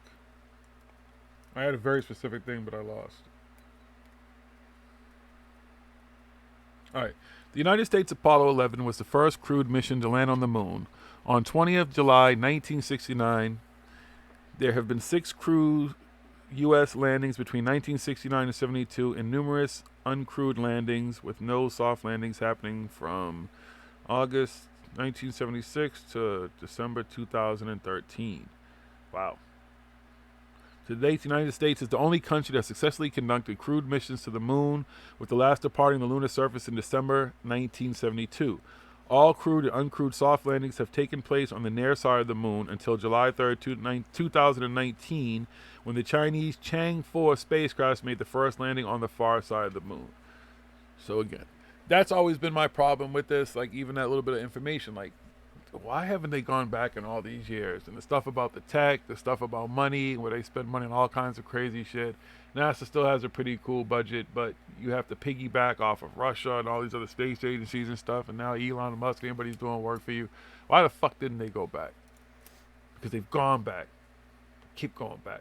Now, see, that's the paranormal crazy shit that I talk about that I still believe. Stuff like that. Like the whole, what NASA is a facade, and that behind that there's still, I don't know about the super secret Space Force and shit. There's a possibility, but more towards smaller things like the moon and building a base on the moon, and have already done that. Even in, like, why is it an international space station? Like, you'd think America would have a space station up there too of their own just to do some shit, right? It's the moon. The moon's been happening. It's been a hot spot for a long time. The India Unmanned Mission 2000 cost less than the movie Gravity. There you go, UFO Gandalf. Exactly. But that's, I mean, they have stuff going over there. Is that other reason why, too, that they had to go to the other side? Because they had to talk to America. America's like, you know, you can't go. We already been. I don't know how that shit works. Like, how come, if they're the only ones to land back there, why are they doing it on the other side? Why wouldn't they have gone to, someone have sent something to where America has already been? Now, I know there's stuff planned to go to the moon. I don't know how soon it is. When the next, whatever it is going to the moon and where it plans on landing. But why wouldn't you go back just to even show that they've been there? I don't get it. I don't know. It's always been an enigma. And I feel bad because especially when it came to Neil Armstrong, after all those years of watching him, like Buzz is kind of, living young, wild, and free. Not so much anymore. And I don't know. He made an appearance recently, but he stopped making this. He used to be on Instagram. I used to follow him on Instagram. He was living the life. Yo, that dude was living his best life, as they say. Like, if you followed Buzz, like, Buzz was like, fuck this. I'm enjoying the shit out of who I am, what I did, and what goes. He even punched the dude in the fucking mouth for talking shit about, like, questioning what I'm questioning right now, what we're talking about. Like, he took that shit to heart. He punched the dude in his fucking mouth. He wasn't playing. But Neil Armstrong was the opposite. Like, he was a really, really quiet dude. He didn't really make appearances. He didn't really want to talk. I know he made an appearance at, I forget what year he passed away. I'll look all this stuff up again in a minute. But I forget what year he passed away. But he had made an appearance at one of the more recent anniversaries before his passing. And even then, he was still kind of cryptic and didn't really want to talk too much. No reason to want to go there. China owns it. What, the moon? D-Gut, you think China owns the whole moon? Because we owe them? They own the moon? I mean, who the fuck owns anything out there? I think America owns some of that moon. That's why you can only go to the other side. Maybe China bought the other side.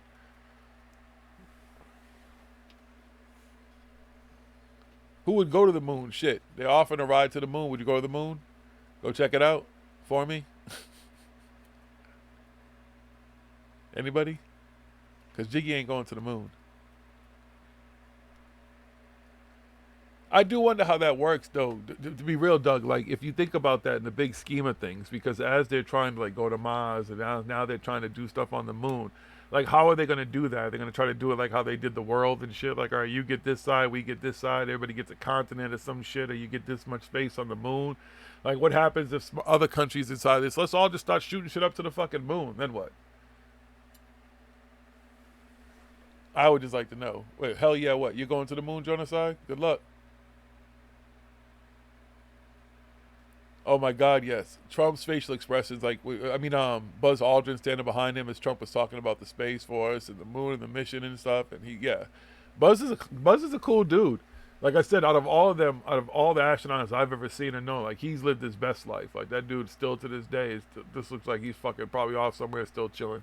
He's just retreated from the spotlight a little bit, but he's still probably having a great fucking time. Why not, dude? Shit. Life 360 change? Did he change his name? Yeah. I just noticed that. So Bee Gees is not going. That means you would go Life 360 change? Is that a thumbs up you'd go to the moon? Oh, listen, anything, it's got to be a return trip. Who the fuck wants to do a one-way trip to the moon? If you do a one-way trip to the moon and you ain't a fucking billionaire, you better believe you going there to be a fucking worker bee. You're going to go be working at McDonald's on the moon, Burger King on the moon, the movie cinema, all that shit, and you're not going to have a choice. Unless you got the money for the motherfuckers who are paid for motherfuckers like us to go up there and wait on them and take care of them, you're shit out of luck, buddy. Good luck. That's my problem with going into space. That's my problem with one-way trips anywhere. Shit. You're going to go to Mars and shit. You know what you're going to Mars for. Those people on the one-way trips to Mars, when they start they start doing that lottery, we decided to take, there's some random people going to do a lottery. Over his lottery, you get to go to Mars. One-way trip to Mars, go live up there and help us, habitat Mars and doing under up Mars. Corey Good's been banned from everything except Earth. For some reason, he's still out here. The Blue Avian should just come pick him up. At this point, if I was him, I'd just be like, you know what, man, dude? Like, hey, Blue guys, everybody hates me. Shit's not really going good. I'm not really making money anymore. I don't really go to conferences anymore and stuff. Can you guys just, like, come pick me up and just get me and Stace out of here? Me and Phoenix. Can we just go and bring the kids and everything? Just leave with you guys? Wouldn't you just want to leave if you were him? That's what I'm saying. Let them all leave. I was talking to somebody who was convinced that that we have to go to Mars and that we need to terraform Mars and do all this type of stuff because go ahead. It's mandatory for man to do that. I'm like, yeah, but you still. So what about what's here? Like, what about the planet that's here? You got to go terraform another planet. Why don't we fucking do something with Earth? It's mandatory for us to do that. Since what? Who says that it's mandatory? Well, that's what I want to know. Where is this? What's up, Michael Adams? He said he adopted Corey. Is there event? Wasn't that event supposed to go on that they were supposed to have? David and Corey and all them. What was it? Conscious? No, it's not for like another month. Oh, it's another month. It's still going on. I forget the name of it. Conscious garbage. I don't know. Ascension. Some shit.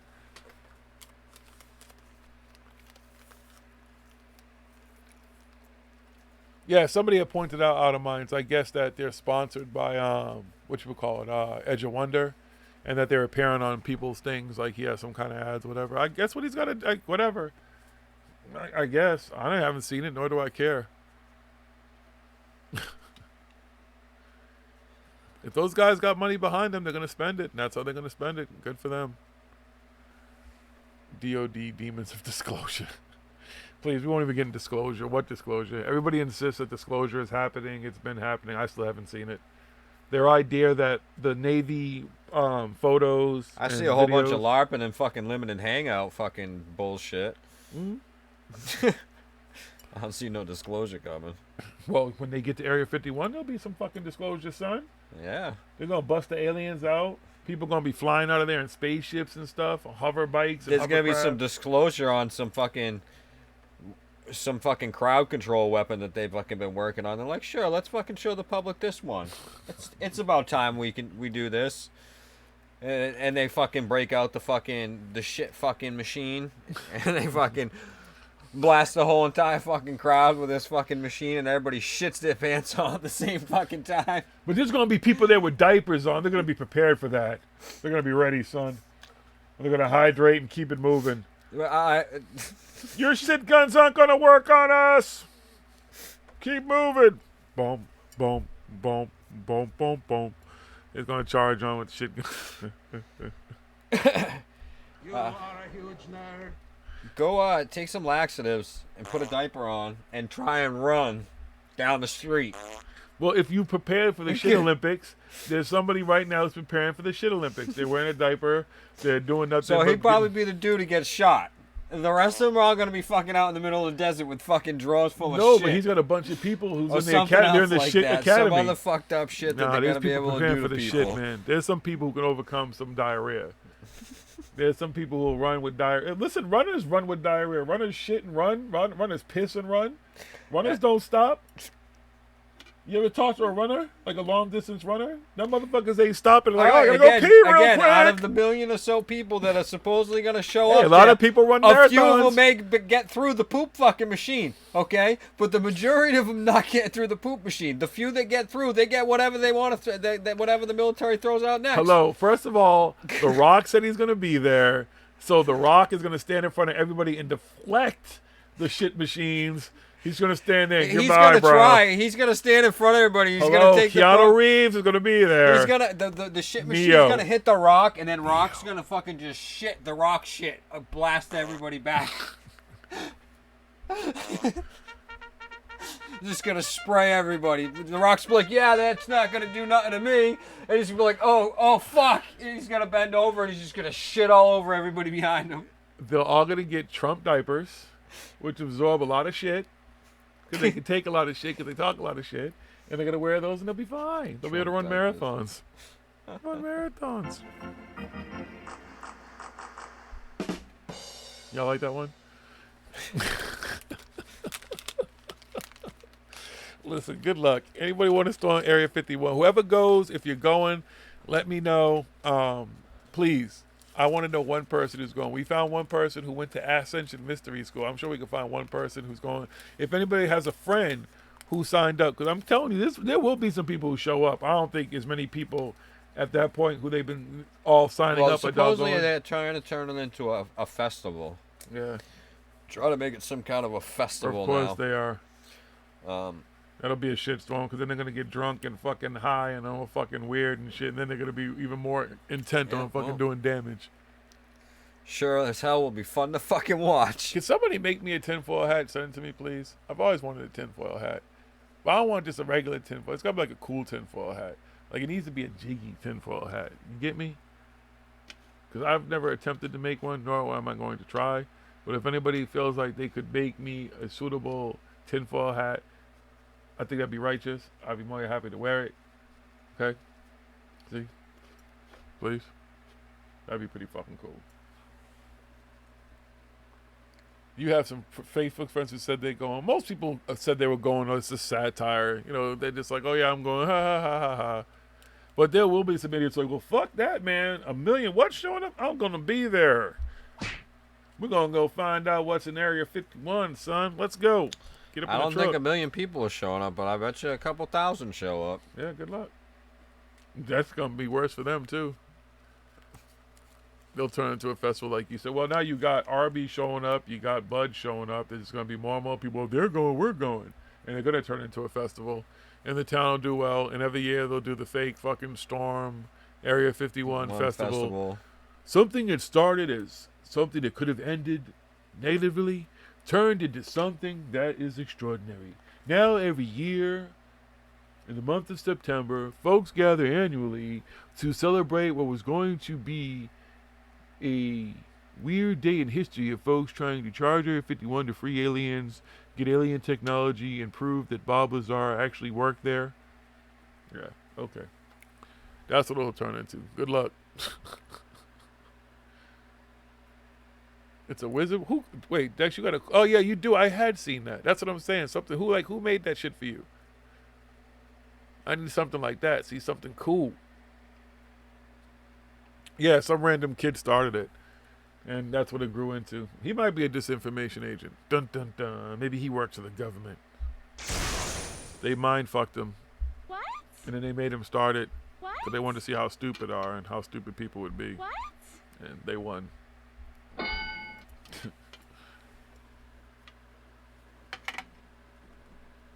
They'll say all the people disappear, heat stroke.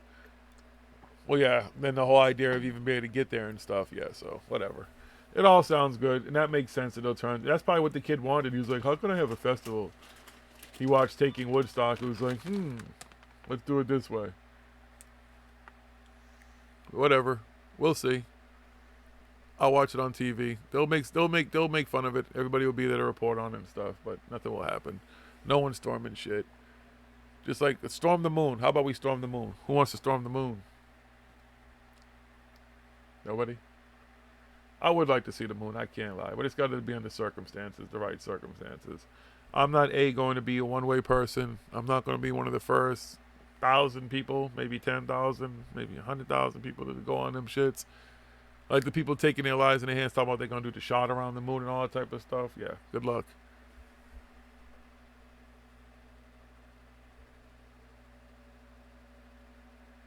We made a Festivus poll. I don't know what that is, or I couldn't see it quick enough to read it. What? You know what that is? Yeah, from fucking Seinfeld. George's dad fucking made up a holiday called Festivus. Oh. Never watched Seinfeld. Seinfeld. People actually fucking celebrate it and do it and stuff. Yeah, no. Sorry. Never watched. I don't think I've ever watched one episode of Seinfeld. I have no clue.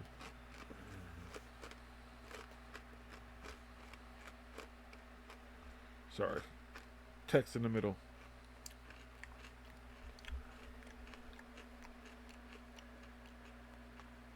There's nothing special. I disagree, Michael Adams. I think there's a lot of shit going on the moon.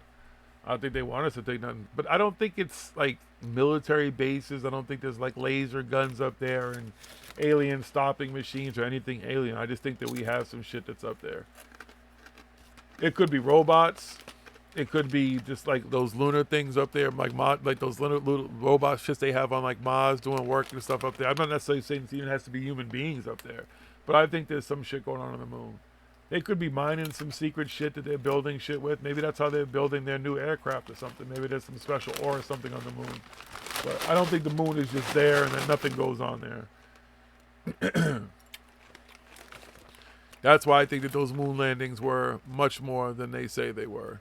And I know it sounds weird because how do you keep all that stuff? Because people always bring up the point, how do you keep secrets? Especially now where there's so many more people on the planet and there's so much. But if they did that shit and been doing it a certain way, maybe that's just, I don't know. I don't know how you keep those secrets at this point, but they do keep secrets. The idea that the stuff that gets out isn't leaked sometimes because they want it to be leaked.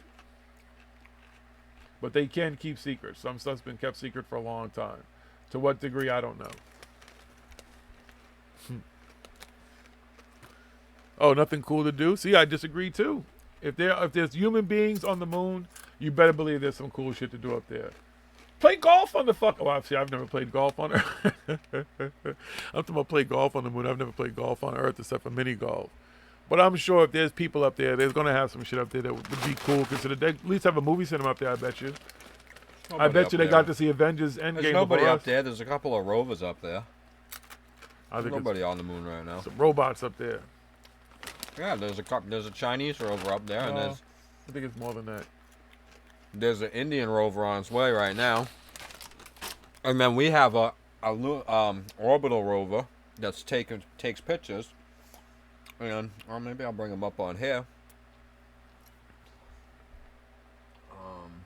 And everybody can see them. Hold on 1 second.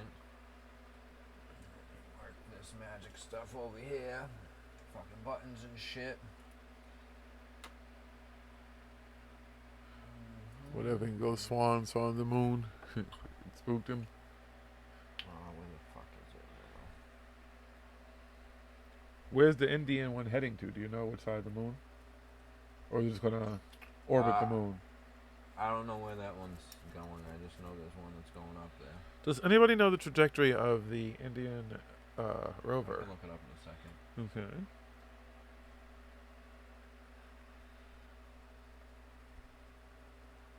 Oh my god, I have to go live every night. Dude. Ugh.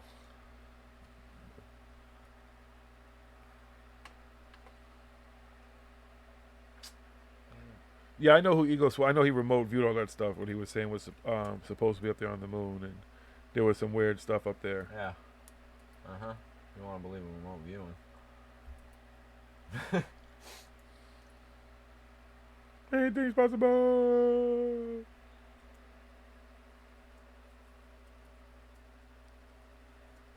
You're bringing it up onto the screen? Mm-hmm. All right. So you guys are going to be part of the show. You're going to get to see some stuff. So we don't just talk about it. You guys will actually get to see it too, okay? Thank you for all the loyal fans who are here. Fam. Wish we could smoke with all of you. But we pass the virtual blunt every time we pass it. It's being passed to you as well. Especially those who can't get weed right now. We feel bad for you. Just remember, we're thinking about you when we smoke.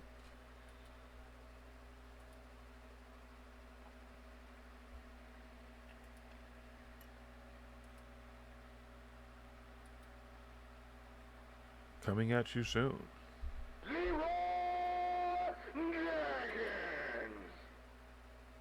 Space racing. Like go-karts on the moon. That would be dope though. Can you imagine you could race like some shit on the moon? Like some speed races or something? Land speeders? Is that what they're called? Alright, can they actually see it? I don't think they can. Well, it's not on here yet. They will in a second. I don't know how good it. Oh, look. Let's see if it looks. Do, do, do, do, do. Can we see the mouse on there when it comes up? I haven't seen it yet. It should come up in a second. Alright, yep, it's up. Yeah. Alright.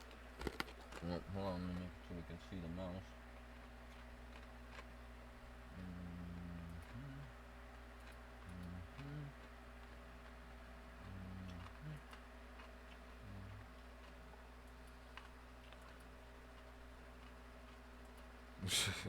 That would be dope. It's on the side. The smoke anyway. screen on the moon. Can't see the cursor on there. I don't know why it's not showing up. But down in the, you can see down in one corner, you can see the bottom of the lander there and everything. And then they took off from. That's the part that's left there. You can see the LRV up there, the lunar rover vehicle. You can see the flag shadow. And these pictures were taken by the Lunar Reconnaissance Orbiter. That's the only thing that's close enough with a camera that can actually see these things, because people don't understand that from Earth you need a fucking telescope 75 meters in diameter lens. Okay, that's fucking huge, and there's no telescope that can do that because it's a 4-foot flag. But the cameras on the Lunar Reconnaissance Orbiter takes fucking amazing fucking pictures of the lunar surface, all over the lunar surface. And now we have pictures of the dark side of the moon because of this orbiter, but we're also getting the surface stuff from China, which, you know, they release some of it and everything like that. I mean, they're not going to release every single picture they get there, but, you know, so far none of these things, I mean, besides what fucking Scott C. Warren sees when he's on you know, looking at pictures and stuff like this right now. Like, he would say, like, look, that's an alien down there. Like, if it didn't tell you what we're looking at, he would be like, oh, look, that's an alien ship right there, and there's another one, and look at this is a whole base No, right that's now. Las Vegas. It's a city. See all the lights? And then that line in between is the rail system. And that's another city at the end, but that's like the airport where the UFOs land and stuff, okay? And that shot, that's not a flag, that's a tower, dude. Duh. Now, either they got that fucking video that Stanley Kubrick made really, really fucking accurate as to where this shit is and how it went down and which way because when they're driving on the lunar rover, you can kind of see where they went and everything, and then you can see where they left it on their videos.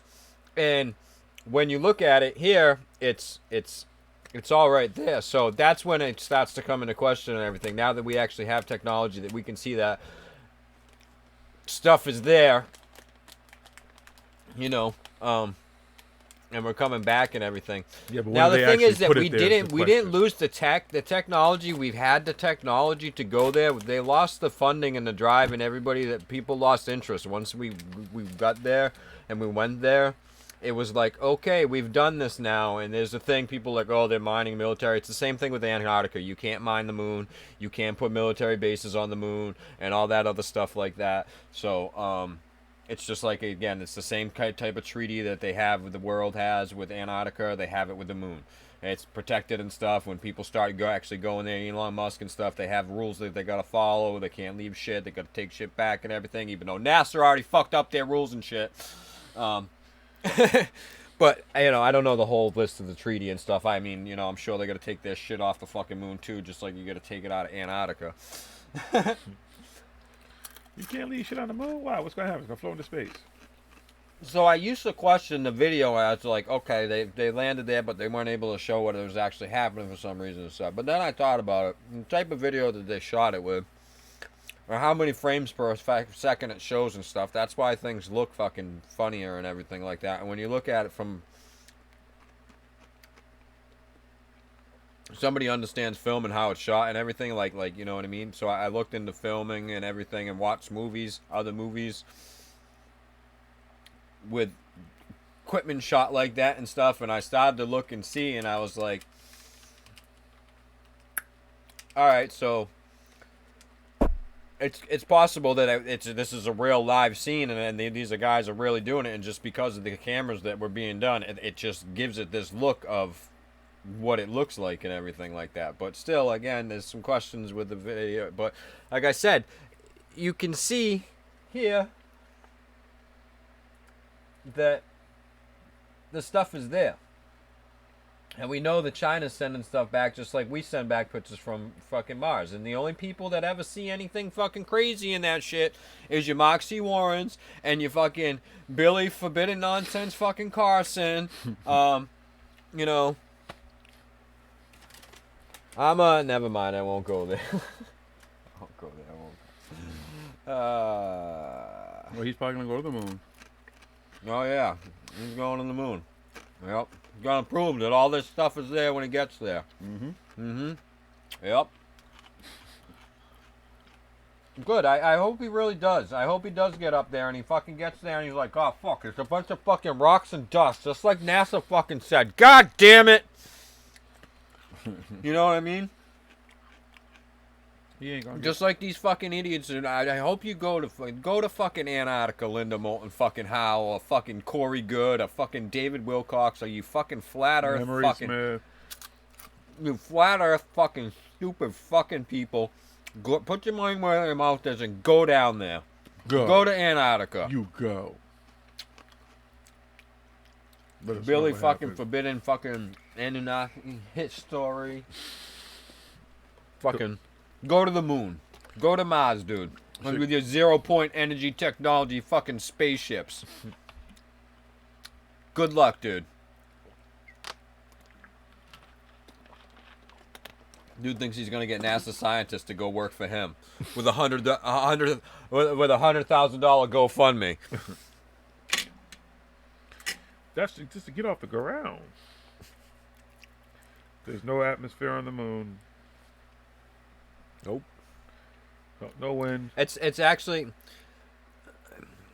the atmosphere is not like ours. It has minuscule type of an atmosphere. But it's not fucking very much. It's like it's pretty much no atmosphere.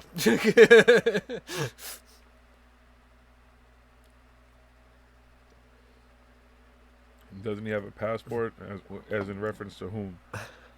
Billy Carson. Oh yeah, he has a passport. I'll have to tell everybody I got a passport. I travel around the world. I go to these Yeah. places. Cool. Go to Let me see you in Antarctica. Exactly, son. No, because it costs $500,000 just to get off the ground. No, it doesn't. Stop lying. Nope. No, the fuck. Right now, I'll book you a fucking flight, dude. Yep, book you a flight. Be a travel agent. Mm-hmm. You ready to go, homie? Yep. Go for it. All there, black and white, clear as crystal. You get nothing. You lose. Good day, sir. Oh wait, hold on. I gotta play my annual. This is Billy Carson, aka Forbidden Knowledge, and you're listening to Paranormal Hood Live Radio. They are the paranormal voice of the hood. I love that. Doesn't it sound like he hates us? That we're the worst thing ever. Always reminds us how bad we are, you know. God. Why the fuck you lying? Why you always lying? Oh my God. Stop you fucking lying. No, but see, that's the thing. It does blow dust around and stuff, but the videos and the angles that you see it and stuff, it doesn't look at. If you go watch all the stuff and everything, the stuff is there. You can see it happening. But again, the dust, because of the atmosphere and even with the pressure, those things that they use to, it's not the same of it's what would happen, what you think and you picture in your head would happen here on Earth.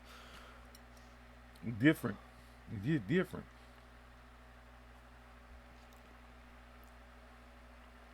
I said, I mean, even up until recently, I still was like, all right, I think it was fake video, but we'd been there and stuff. But more that because I've looked into it more and I talked to people with video skill and and into the video stuff and cameras, and I've watched the videos again and I've watched it again and I've watched all kinds of things and I try to look at it from everything, and now I'm more on the lines that yeah, it's the real video. It's what happened.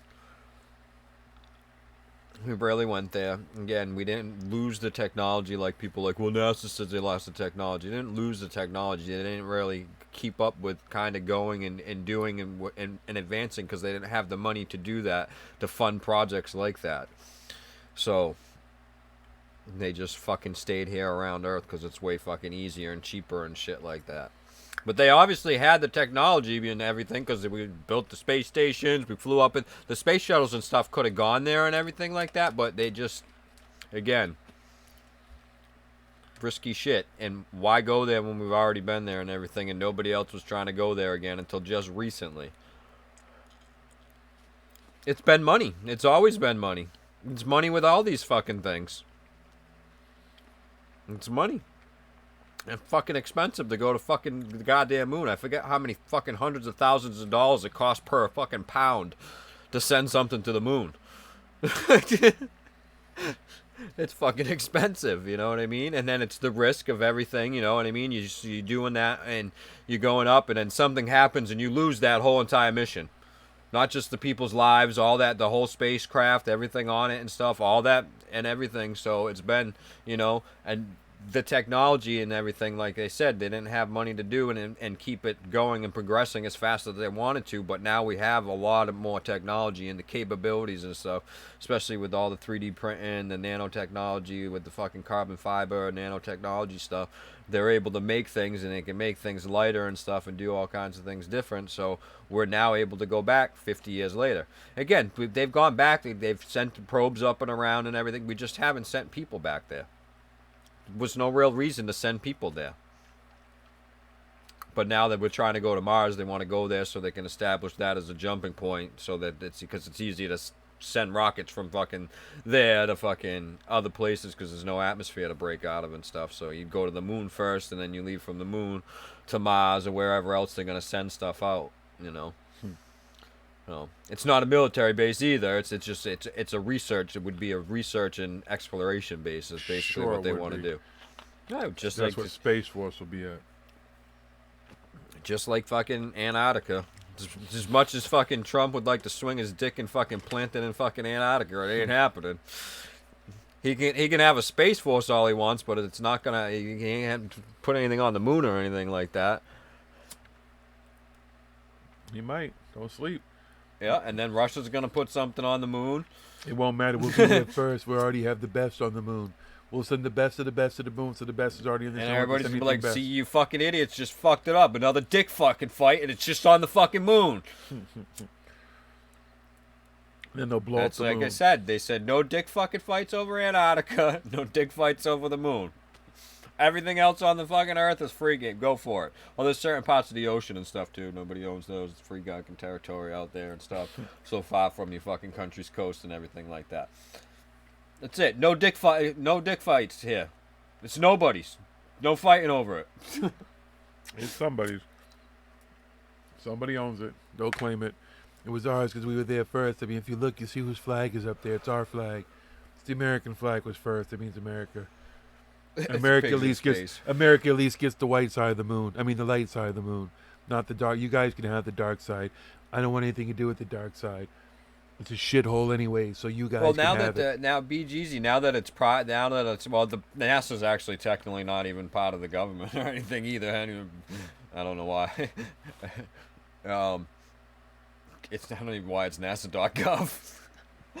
But now that with all the private funding and everything and the private corporations and stuff with the Elon Musk and the fucking the fucking Amazon dude there and fucking the Virgin guy, all these fucking tech geeks and stuff like that, everybody and stuff. That's how it's gonna be done too, because NASA doesn't have to build and stuff like this. We just hitch rides to get there now. They don't have rockets and well, they have some new thing that's supposed to come out, but we'll see.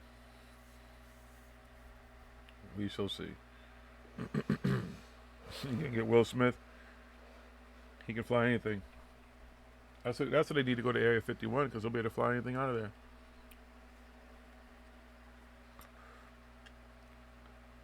Pigs in space. Stop paying the politicians. The moon's more important. I think the moon's more important too, but they don't. Well, now they do. Especially because they don't want to try to claim that shit. So now America's going to be like, we got to do something. Trump ain't going to stand for that shit. His Space Force will be militarized so they can go up there and just have a fucking establish a military base on there. That would make sense for him. That's some shit he would push. We should have a military presence on there before anybody else, just in case. That would be in his Space Force agenda. Yeah, but again, like he would try and push that, but it's just like if anybody tried to push it, like everybody else would be like, no, it's you can't do that. All the rest of the people like, no, it wouldn't happen. And then Trump would be starting like with the world, which he would try and do. Again, it would just be a dick fight against the rest of the fucking world. Because he'd be like, how are you going to stop me? How do you really stop them from going into space? What are you going to do? Well, that's why he's got a Space Force and stuff, but going to the moon, and then other people can land on the moon. China can go to the moon. Yeah, Russia can go they'll to get moon, the dark everybody side of can the go to moon. But China's already on the dark side of the moon. Right, that's theirs. America claimed the light side. They got the flag. That's it. It's America's. Watch. You'll see. It's going to happen. India's going to be like, well, where the other slice? They're going to get something in the middle. Any other countries been there? Russia. Russia's going to get a good piece. Putin ain't going to fuck around. He'll get some of China's, though. Makes sense. See? It'll all work out. So here's some more interesting news tied to the 50-year anniversary. Neil Armstrong's family received $6 million from a secret wrongful death settlement. Y'all didn't know about that. He's the little $6 million man.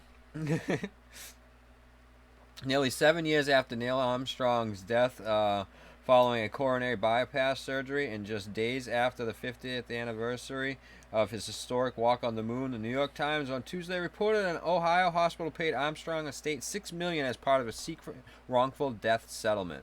Armstrong's estate included his two sons, Mark and Rick, They blame Mercy Health, Fairfield Hospital's care for their 82-year-old father's death in court documents. The Times said it received from an unknown sender as well as documents from a Hamilton County probate court in Cincinnati, Ohio. Some of the documents, though marked filed under sealed, are publicly available at the probate court website, confirming that the documents received by the Times are authentic, the newspaper reported. Several of the Armstrong family members, including the sons and daughters-in-law, did not immediately respond to people's request for comment. According to the Times, Armstrong was recovering after surgery at the Fairfield Hospital in 2012, but when nurses removed the wires for a temporary pacemaker, he began to bleed into the membrane surrounding the heart, leading to a cascade of problems that resulted in his death on August 25th. $6 million. Is there more to the story? Yep, I'm just hitting this blunt real quick. The Times referenced an email that Wendy R. Armstrong, who is both a lawyer and Mark's wife, sent to the hospital's lawyers in July of 2014 about how the brothers were heading to Florida for the 45th anniversary of her father-in-law's moon landing. This event at the Kennedy Space Center will receive national news coverage, she wrote. Rick and Mark have been solicited by several book writers and filmmakers for information about Neil that no one already knows. The hospital and the health care providers stand by the care that they provided Mr. Armstrong and deny that any malpractice occurred. However, the hospital, on behalf of itself and the health care providers, agreed to a confidential settlement of $6 million to avoid the publicity of litigation that the estate might have initiated on behalf of certain members of the family if settlement had not been reached. The terms of the settlement include a confidentiality requirement for all parties and a full release of the hospital and healthcare providers.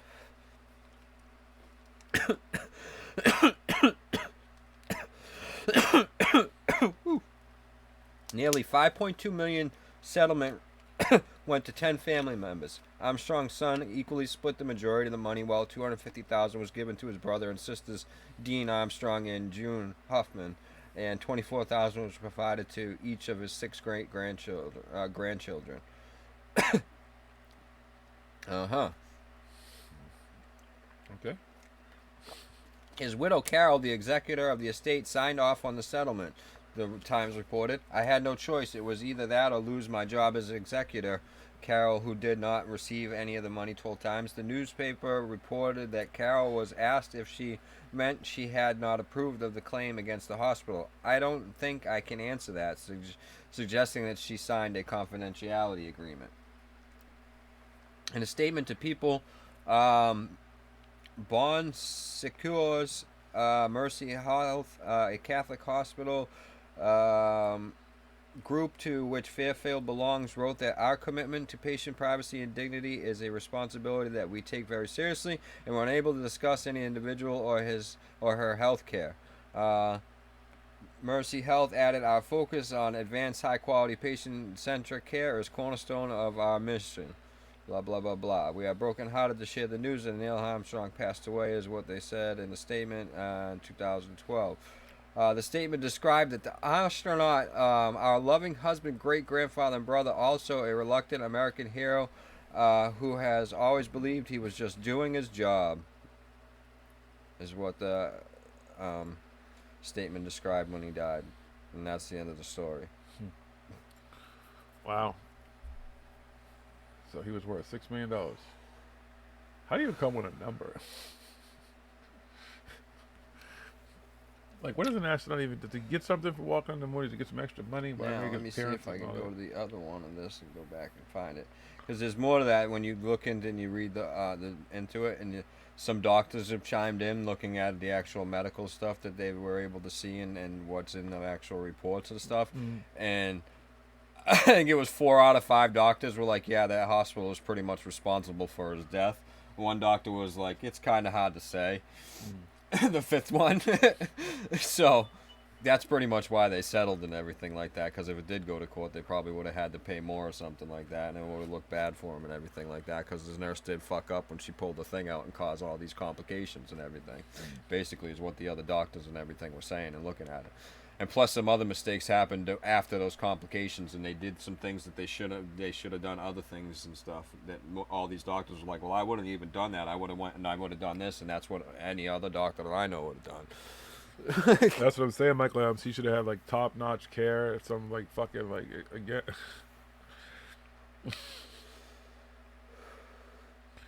And then the family gets $6 million. Gotta love it. I mean, they're gonna get, like you said, they're being approached for movies, TV things, all kinds of stuff. So, I'm sure they'll do well with that stuff too. And then they'll be the one, the one who'll have to go off the rails to go complete conspiracy nut in order to make some money. I hate to say it, but I put it out there right now. There's gonna be that one family member who'll go against the grain because that's the good. If it'll probably be the ex-wife who didn't get shit. He'll be like, oh yeah, he used to lay in bed. And as she was giving him a fucking hand job, he would talk about the aliens on the moon and shit and everything. Watch. Okay? Anybody want to start a pool? How quick before one of them goes rogue? They start talking all that crazy shit because they know that's what people want to hear. Because people have always said he was so cryptic when he spoke and stuff, and there were like hidden messages in it that were about the aliens telling us not to go back to the moon and blah, blah, blah. So someone will try to benefit off of that.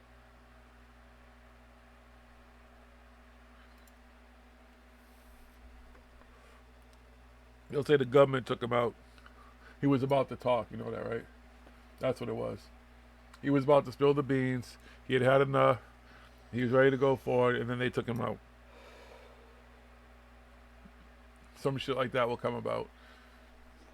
Oh God, I can see Wilcox, one of them, spinning that shit now soon. He was about to go off the script and let people know the truth about the aliens that he encountered when he landed on the moon. And what happened was they sent in this nurse who now nobody knows where this nurse is, where she's gone, she's disappeared.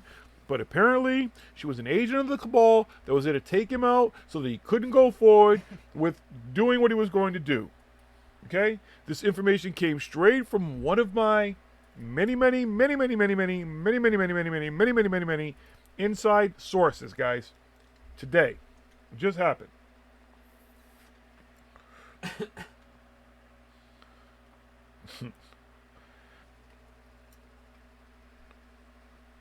They're trying to do with Epstein. Didn't something happen to that dude in jail earlier and stuff too? Yeah, they'll spin everything. Everything gets spun. Everything gets spun to their favor. Send them to the moon. But some fucking human idiot intervention killed the poor man. Sad. And here we are now, 50 years later. And I don't know, kind of Gallup polls, whatever, because I didn't see if they did any polls on TV. But I wonder how many people honestly still believe in the moon landing, like that are out there. I'm sure they've done polls everywhere, but it's funny. Again, it doesn't have the same effect on the rest of us as people who actually got to live it, see it on TV, see something so extraordinary. And in our lifetime, we get rockets go up all the fucking time now. You want to see a rocket go up? They go up all the time. You can see shit leave and go everywhere all the time. People don't even know sometimes. People in California be like, oh my God, I just saw a UFO. No, motherfucker, you just saw a rocket. Even us on the east. I was in California last year, and I think it was during Contact in the Desert that they fired something up. And all these people all of a sudden in Contact in the Desert were looking at the video and they blah, blah, blah. And I was like, wait a minute, but I'm from the East Coast, and I remember them saying that there's going to be a rocket launch. Oh, was there a rocket launch? Yeah, and I looked it up. Yeah, there was a rocket launch. Oh, duh. How the fuck they lived in, I don't know, that is beyond me. But we get to see all that stuff. It's routine. Back then, it was not routine, so every launch was a TV event. Yeah, I can imagine. Like seeing it now, they just... And then interest dropped off, and the money dropped off, and... Yeah, once they kept doing it, it was like, oh, we can keep doing this, guys. See, we're cool. Until a little while later, they were like, yeah, we got this cool new shuttle. And everybody's like, yeah, shuttle. And then some people blew up a few times, and they're like, yeah, the shuttle's not really... It's like the Concorde. Yeah, God, well, fuck, we're gonna have to nip this shuttle in the bud here. Yeah. And they're like, good thing we didn't go to the moon with this one. You see? Now, But wait. again, going into space is fucking not easy shit. It's not like fucking driving over to fucking California. Which, not? if you've ever driven across country, gone on a long road trip, or like from fucking Maine to Florida or something like that, that's no fun fucking pleasant trip either. No, it is not. You know I've what driven I mean? from here to Texas. Getting in the car, make sure everything in the car's in perfect working condition, and you're gonna make the fucking trip all the fucking way. You're gonna get stuck in the middle of the desert. You know what I mean? Gotta get Side gas. of the highway, no gas, no whatever, broken down somehow. You know? Is your crew fucking sane enough to make the trip? That's just trying to get to another state. We're talking about these people are going to the moon. You ain't pulling over and pissing on the side of the road. Ain't no stopping once you're on your way. Again, with the shuttle stuff, it was, you know. I don't think it was human error. It was all just, you know, kind of mistake things that happened. One was an O-ring. Damn O-ring, I didn't realize was going to do that. It's going to happen, and it happened, and leaked out the fuel, and so. And then one was some frozen something, right? Well, that's the frozen stuff. The O-ring made the O-ring crack and leaked out the stuff. They didn't realize that the refrigerant and it was going to get cold in that spot enough to make that O-ring do it. The other one, when the shuttle blew up coming back, I'm pretty sure it was something to do with the heat tiles or something fell off or something. That one. I forget why the one that came back blew up. Fucking mosquito. And now they can probably 3D print perfect shuttles. Mm-hmm. Yeah, Michael, I've driven across like from here to Texas and stuff. It wasn't fun. I did it a couple of times. I would definitely not do it. I mean, you could, again, you pay me enough, I would do it, but it's not something I would look forward to doing. I don't like to drive like that anymore, especially my leg all fucked up. Furthest across country I've gone is to Michigan, but I used to drive back and forth from here to Florida all the time, and I can do it from Worcester to Tampa. I could do that in 19 hours. In a 75 Chevy Nova too. That's like the goddamn, that's like NASA going to the goddamn fucking moon. The same fucking technology. Why is Nebraska tough to drive across? I don't think I've ever even been in Nebraska. Fucking flat as fuck, right? It's just straight, all those everything in this middle that people say it's just because it's just there's nothing there on those sections where it's just driving and it's just flat as fuck. Can't even see mountains, nothing. Driving 80 miles an hour for 12 hours a day. Cool. Well, you like driving a truck, or you just did it for the experience? Yep, nothing but cornfields, nothing. As far as the eye can see. Miles and miles and miles and miles of fucking corn. Just corn? Yeah, pretty much. Nebraska's big on the corn. Cool. That doesn't sound like fun. I don't want to do that. Might be some other crops and stuff there, but it's the majority of it's all fucking corn. Okay. Did it in an Outback?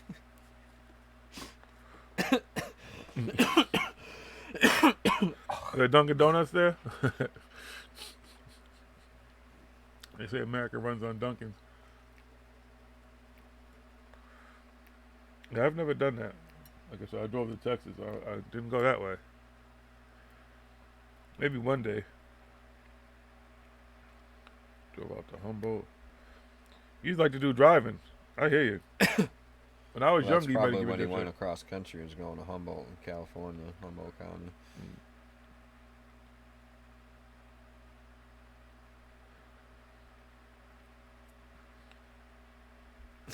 A lot of Subway. Yeah, when I used to go back and forth fucking Florida, it was Burger King and McDonald's. It was back when I ate all that fucking garbage stuff. When I drove to Texas, It it was depends just on where you drive-through. were. Sometimes I would take my time and go so, but normally if I just fucking kept going and I would stop the minimum I had to stop, that's it. I'd be So there you have like the same 19 mindset hours. as me, yeah. I ain't stopping for all that rest and sleep shit. I'll sleep when I get the... Yep. But what you eat depends on where you're driving to, because it stopping could for be Waffle gas, House, and Shoney's. when I'm getting gas, I'm getting my food, and I'm getting fucking, because I smoke cigarettes, whatever I needed at that point. You better go to the bathroom. You better be done by the time I get this shit, and then the gas is ready to go. You eating in this motherfucking car too. Don't think you sitting down to eat. Don't enjoy your food. You better get shit to go, motherfucker. Yeah. This ain't a But fucking. sometimes I would go down and I'd stop at certain places. Nope. You know? But most of the time, you know, because there's places to see along the way, so I would stop sometimes. But that was I tour fit that work. in, you know. That was tour work. When I'm doing tour work, these motherfuckers always want to stop everywhere. Stop here, stop there, stop there. Look at this, look at that, look at that. Let's stop here. Let's go. Okay. So if that wasn't work, I got the time. I'm just But trying to get where I'm sometimes going. I was just like, fuck it, I just gotta get the fucking there, you know. So that's just like it's going to the moon, and then eventually I was like, yep, I get tired of doing that. I don't want to go back to the moon.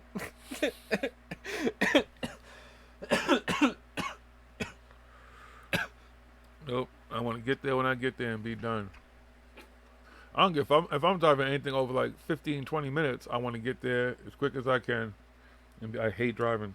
It can be painful sometimes because my leg is just fucking stupid. Well, no, I'm sorry, leg, you're not stupid, but you know what I mean. You got issues.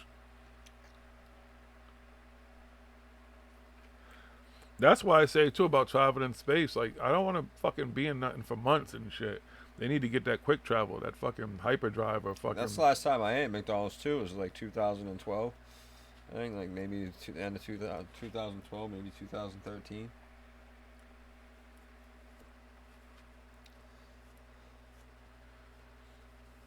I want to get where I'm going quickly. That's why I want to be on a cruise. But jump on a plane, get where I'm going, and be there.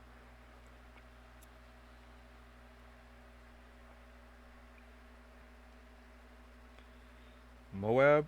Oh, is that the like what's the Moab? Like a desert or something? Moabi or whatever? Probably.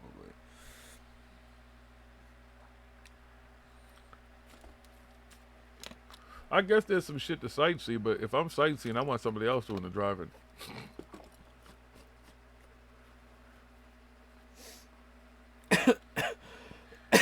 If you're going across country and there's gonna be nothing but fucking corn, somebody better be in there playing some music or something. We better be in an RV or some shit. I don't want to be in no fucking car.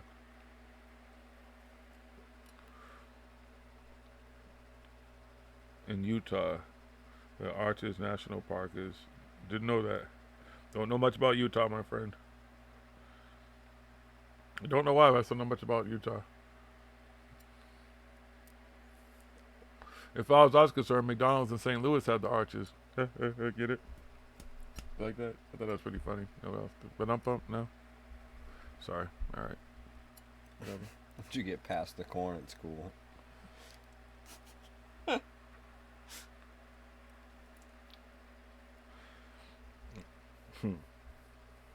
Driving over the Rockies. Yeah, maybe one day. I just haven't seen a lot of those places. I've traveled, just a lot of consistent the same places for some reason. Well, work.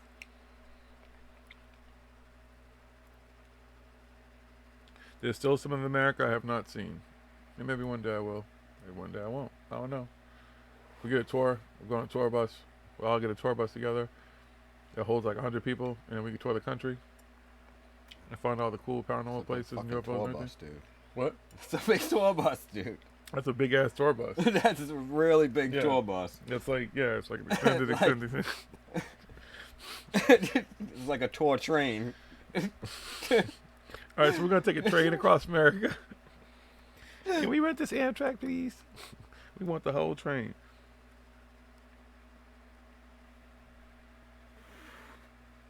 The Dank Alliance road trip. Let's do it.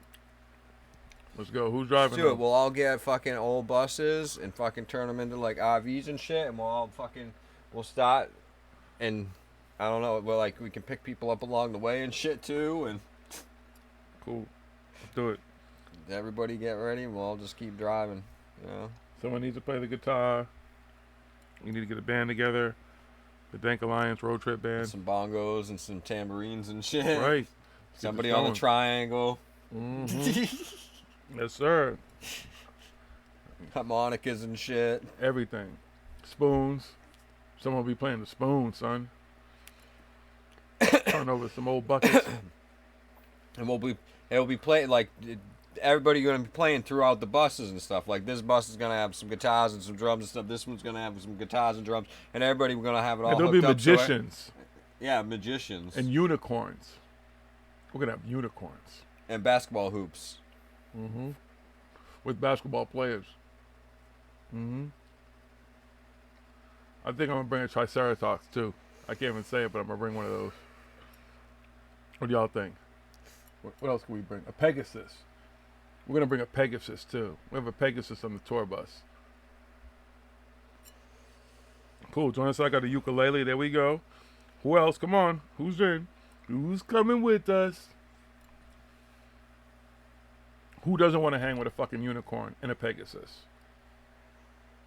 Come on, seriously. Probably be a ferry there too. Dude, can I just tell you? I'll give you a little secret. When I was in New Orleans, there was this fucking big ass hutch in this place that I knew was the fucking place to get to Narnia. But I couldn't get it open. But I think if I got it open, I could have went to Narnia. You want jugglers too? We can have jugglers. Yes. Fire breathers. Pantomimes. What else? Dude, it's got to be a cool time. We're going to know all this shit. A chef. Everything. A vegan chef. A choir. I think we're going to need a choir too. You're going to go to all the cons across the country? Yep. Every one of them. Everyone just fucking pulling up like 80 buses deep. Yep. What's up? There's this weird caravan going across the country. Now we've got to stop. That's right. Can we bring a vampire? Yeah. All right. And a werewolf? Of course. All right. We're going to have everything on these buses. Like, who's coming? What else? We're going to have Bigfoot too? Okay. We'll get Bigfoot. I think I could talk about a retirement. All right. Cool. How about the creature from the Black Lagoon? Yeah. We got some belly dances. I'm with you, John, aside. Some belly dances. Mm-hmm. Some witches. We have a whole coven. Yeah. That's right. Can we have some alpacas? Not as pets. They're just going to hang with us because they want to. Yeah. They like to smell the weed smoke. Yeah, sure. Get some alpacas. Get a bartender. There we go. Here we go. See? I can be the door guy. I can handle security. The mayor's pranks of the UFO cars. I can bring some acid and mushrooms too.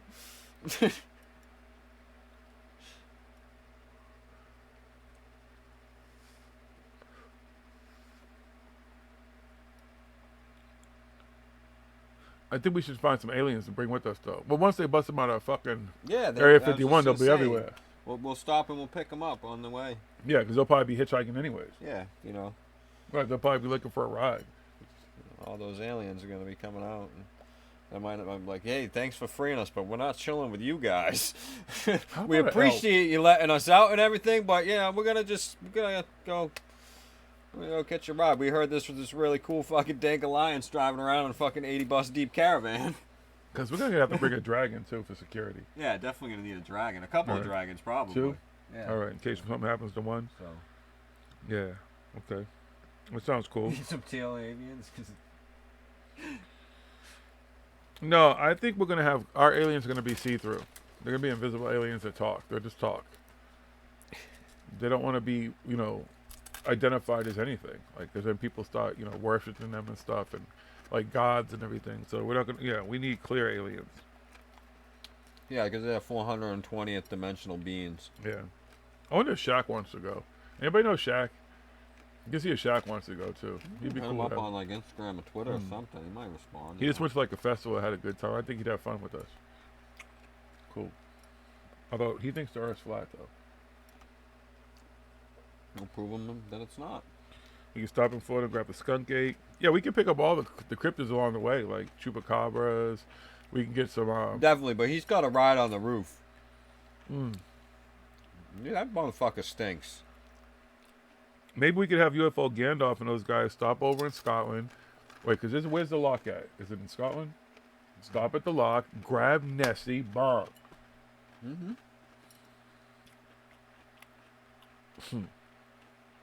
Yeah, he did. Yeah, he did. Yeah, he was at the encore. Yep. And then he got mobbed, so they said he didn't really want to go into the casino room and all that shit because people didn't know how to act because they saw Shaq. The man's bigger than life. Yeah. Our caravan. We're going to do this. A one dog day. man. We need to bring a star man, too. A star man and a dog man? A star man and a dog man. Okay. We might need to get a 100 deep caravan now. I'm thinking the train might be better. Yeah, a train. But trains are, you know... They're limited. Yeah, they're limited. But not if we get a magic train. That's true. It's true. If we have a magic train, we can do whatever. It's a good idea. And magic trains won't train be as powered long by on magic the track. mushrooms? Yeah. We'll have a magic train, and it won't be as long on the tracks because you better fit everything in a smaller space because it's a magic train. So now we'll need Smurfs to grow the mushrooms, too. Oh. Yeah. So the Smurfs are going to come, too. Yep. I'll get Elmo to security, too. He's pretty good at security. Mm-hmm. Oh, you said we need a chupacabra. Come on, Michael Adams. Keep up, man. Nice. Even a pug wedgie. We grab pug wedgies here. We're good. See, Raphael, you think about double-decker buses. You're thinking too linear, man. You got to think beyond that, brother. Come on, expand your horizons. I'm telling you. The mountain monster. This is going to be a magical adventure. We might as well go to the fucking moon then. Fuck it.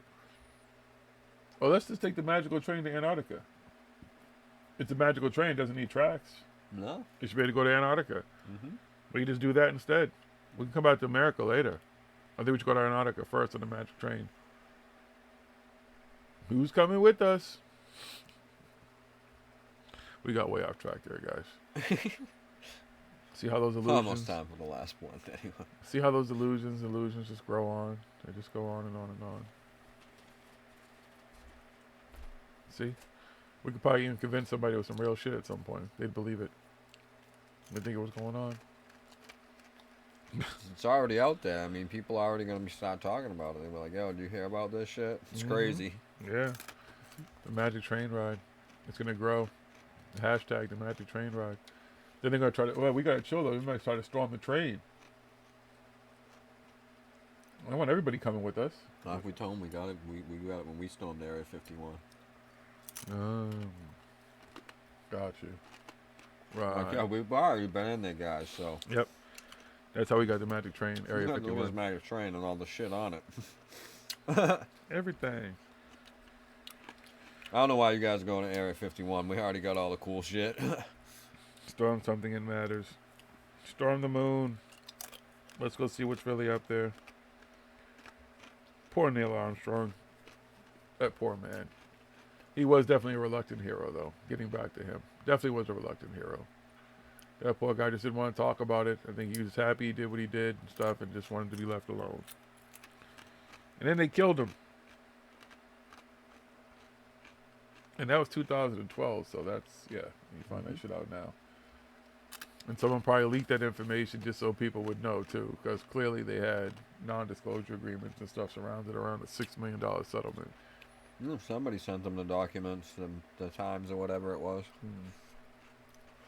They didn't say who it was, but it's been verified because some of the stuff information is online. They said a lot of it's already on. It's online. That's the ex-wife. She seems like the most bitter. I mean, the grandkids got $24,000 to split amongst 400 of them, so they'll be all right. They'll get a little something.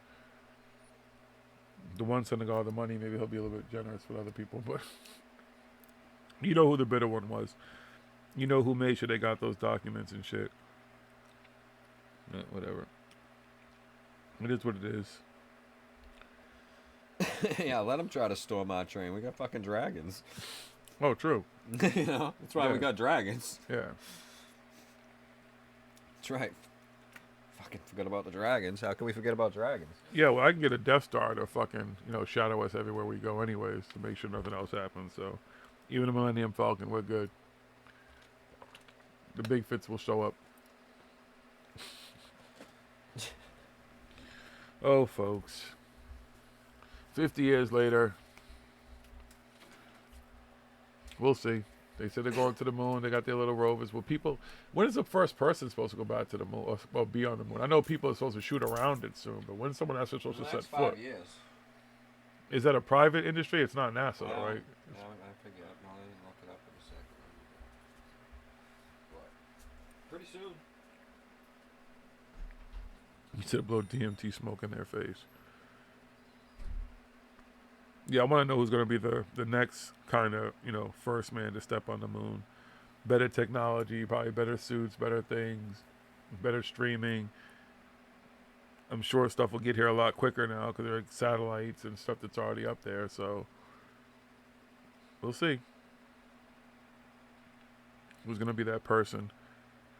And how would that person be treated now coming back from the moon and stuff, It's going to be different because will it be as captivating like the first person step on the moon again now? The problem is, I know they can do the numbers crunch where, you'll take how many people were there alive then in comparison to how many people alive now, watch it and stuff. And there's always probably going to be now, so many people watch it around the world. But I wonder if it's going to be as climactic as the first time for the people who are currently alive to see someone step foot on another planet, like the first person to do it. And is that person instantly going to become a fucking rock star? And shit, is it going to be a one-way trip? Or do they get to come back? Coming back. Oh. It's going to be like The Rock. He's going to be like, fuck it, I want to do it. I've done everything else. I've done 300 movies. Now I'm taking it to space. We're going to really film this in space. If anybody's going to do it, SpaceX is probably going to do it first. SpaceX is... Oh, Richard Branson's and Virgin stuff. They all got fucking some crazy shit going on. I just want to know who would be the first person to actually do it, though. Because now it's going to be a civilian, pretty much, right? Well, NASA's going back, too, so... Well, when they going to put a man on the moon? They're actually putting a man on... Okay. Yeah.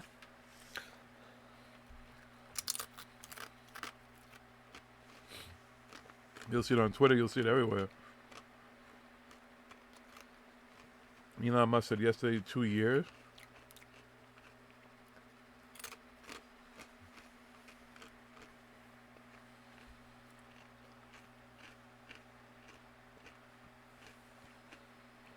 $2024.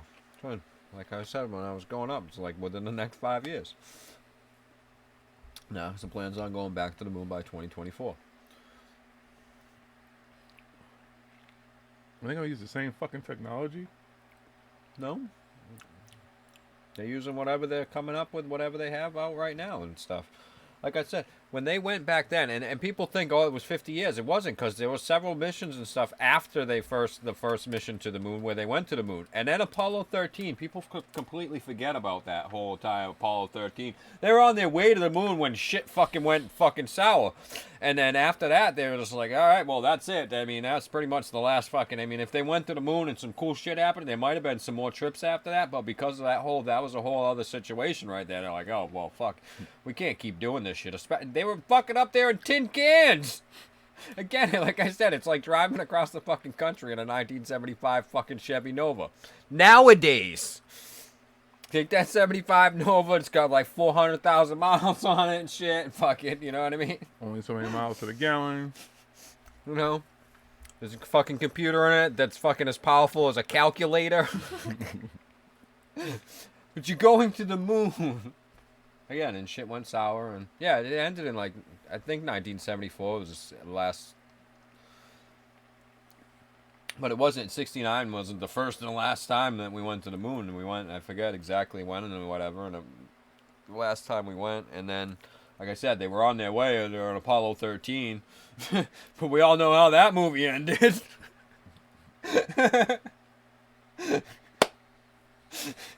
NASA, need another 7 astronauts. I mean, thankfully they all made it back and stuff, but again...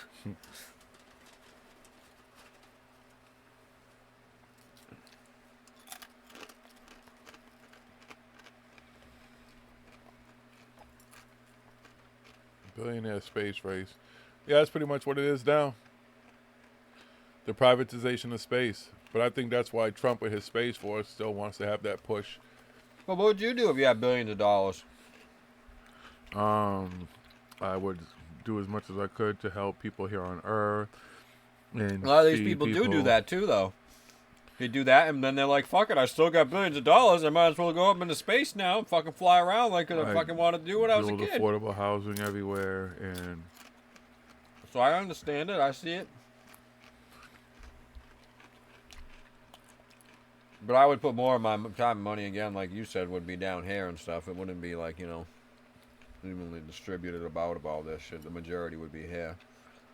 Once I fix shit here with my billions of dollars. Because it's only going to take fucking few $100 billion to fix the fucking planet. Yep. It ain't going to take that much to feed the whole planet. It doesn't take that much to fucking feed the whole planet. You know? Clean up the ocean. Clean up the oceans and stuff. Boom, boom, boom. Do some shit with all this plastic. I'm like, oh, I did all that and I got some billions left over. All right, cool. Let's go fuck around. Let's go clean up space now. Because we got to clean up all these old satellites up here. And then I'm like, all right, cool. Now I can go to the moon and shit with a clear path. I don't got to worry about the satellite debris and shit. And I come back to Earth. It's nice and clean down here. It's good. I'm with that. That's what I would do.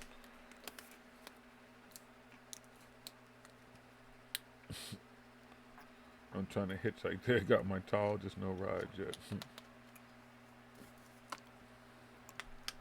Well, I bet you someone will figure out a way to make a profit from cleaning up the oceans. If they make a profit, especially with plastic, and figure out that people are figuring out other things to do with plastic. Well, they need to really figure out how to get rid of plastic completely. Yeah. There's fucking in everything everywhere. Yep. It's like you can't get rid of it.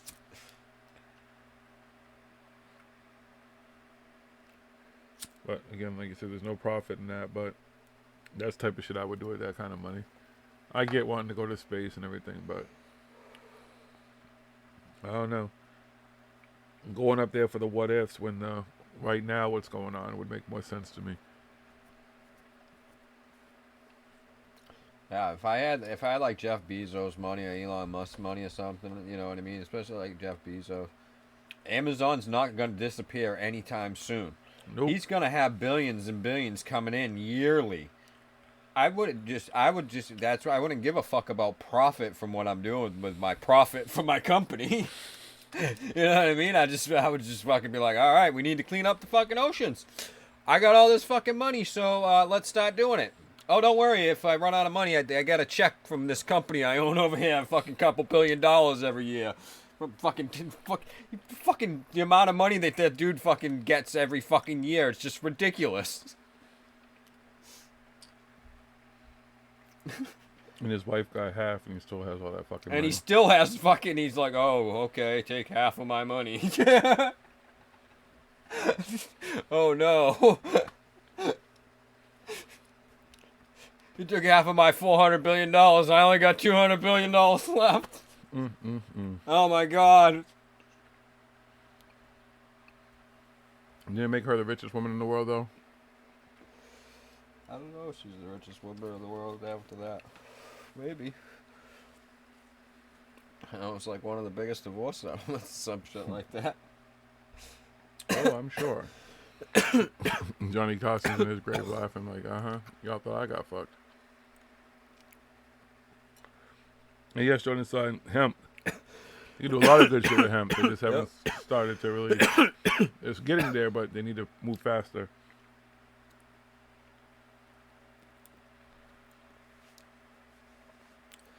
Yep, I hear you, dude.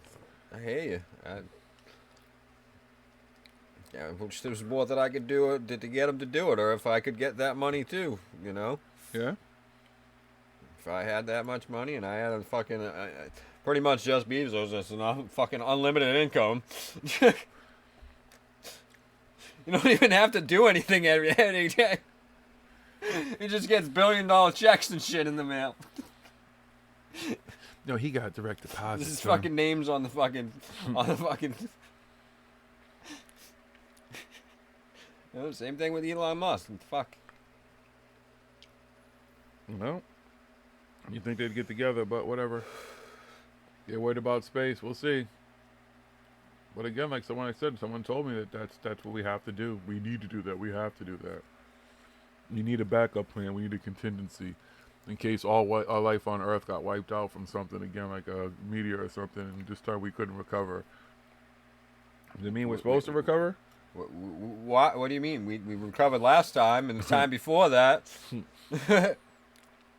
As the evidence is starting to show and prove. Yeah, but this time, see, it's going to be different. Everybody's going to be gone. If something hits the fucking Earth like that, then everybody's going to be gone. We ain't going to be going anywhere else.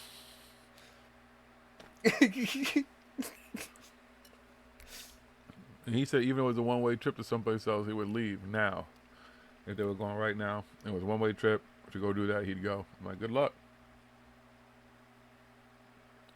Cool. I still want to know how to say that in Albanian. Yeah, exactly. Not of mine. That's why you know. Basically, exactly. Fix the shit around here and then go play in space. They have the money to do it. He said all you gotta do is go to Mars and start its core and get Mars spinning. Yeah, okay. What the fuck? Did he read the fucking Zachariah Sitchin book or something? Fucking David Childress? Yeah. You can't just go and get Mars's core fucking spinning again. That's the fucking... You'd be surprised if I told you who it was, too.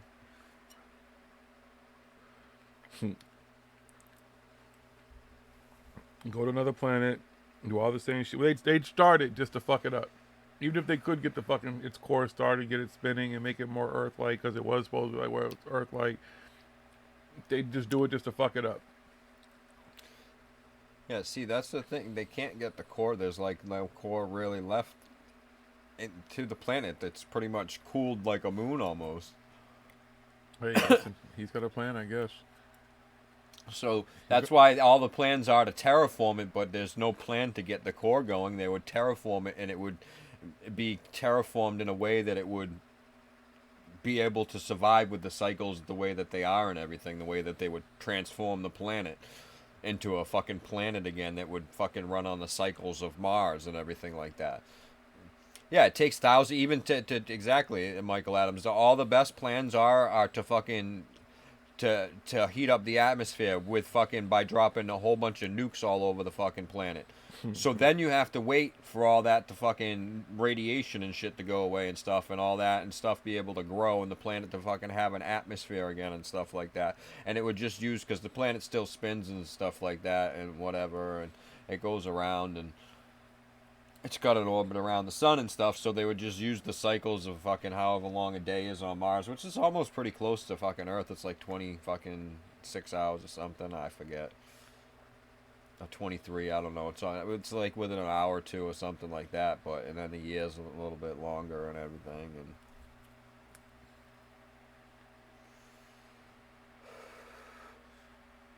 they'll go do all that, but not worry about here. That's hilarious. Exactly.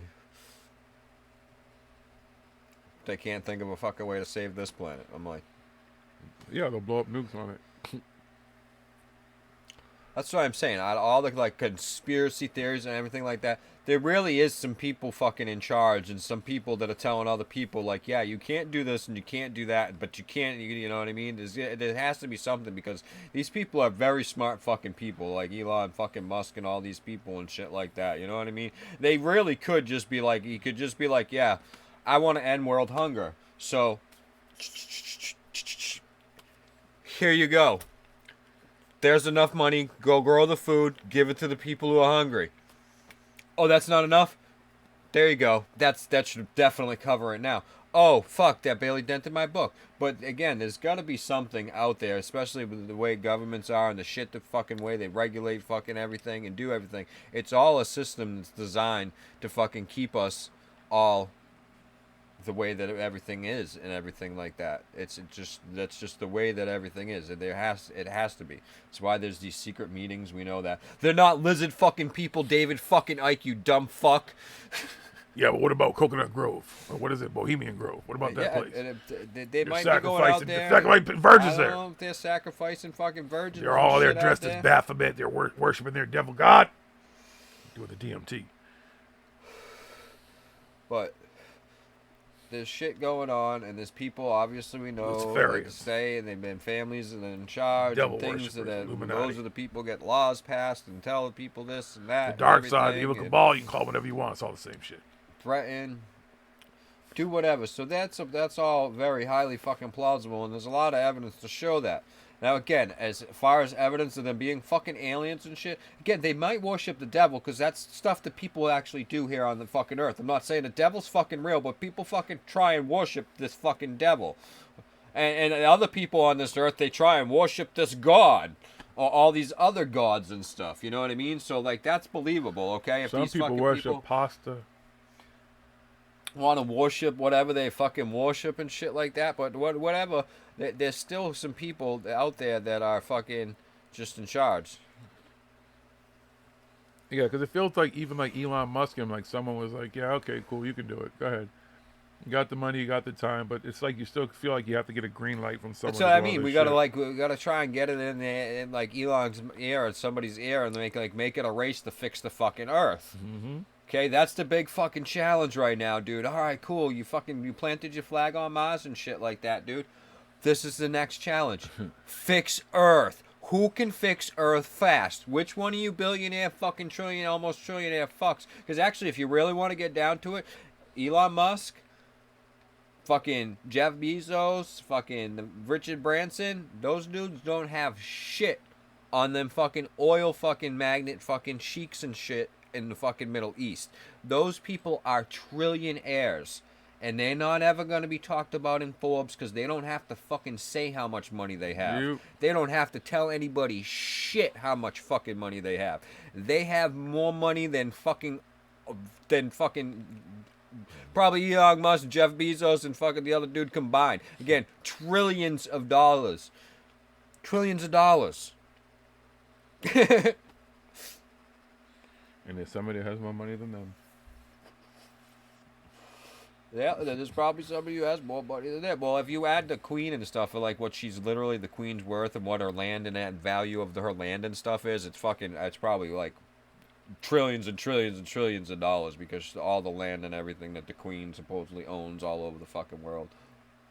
Yeah, isn't she supposed to be the biggest landowner? Supposedly, I don't know. Yeah, she's the largest landowner in the world. She owns fucking 6% of the fucking earth.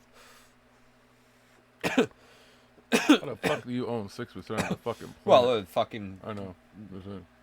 You know how the fucking whole story of fucking Yeah. England is. Yeah. You know what I mean? So that's I'm just saying it's just funny you could own 6% that you can of the own planet. 6% of the fucking earth, and people are like, yeah, sure, it's yours. But there's people who don't own a foot of the earth that they walk on and live on, that they were birthed on, a planet that we all own and share. But yeah, Bill Gates money, that's nothing. Again, like these fucking oil fucking sheiks and stuff over there in the Middle East, they literally got trillions of fucking dollars.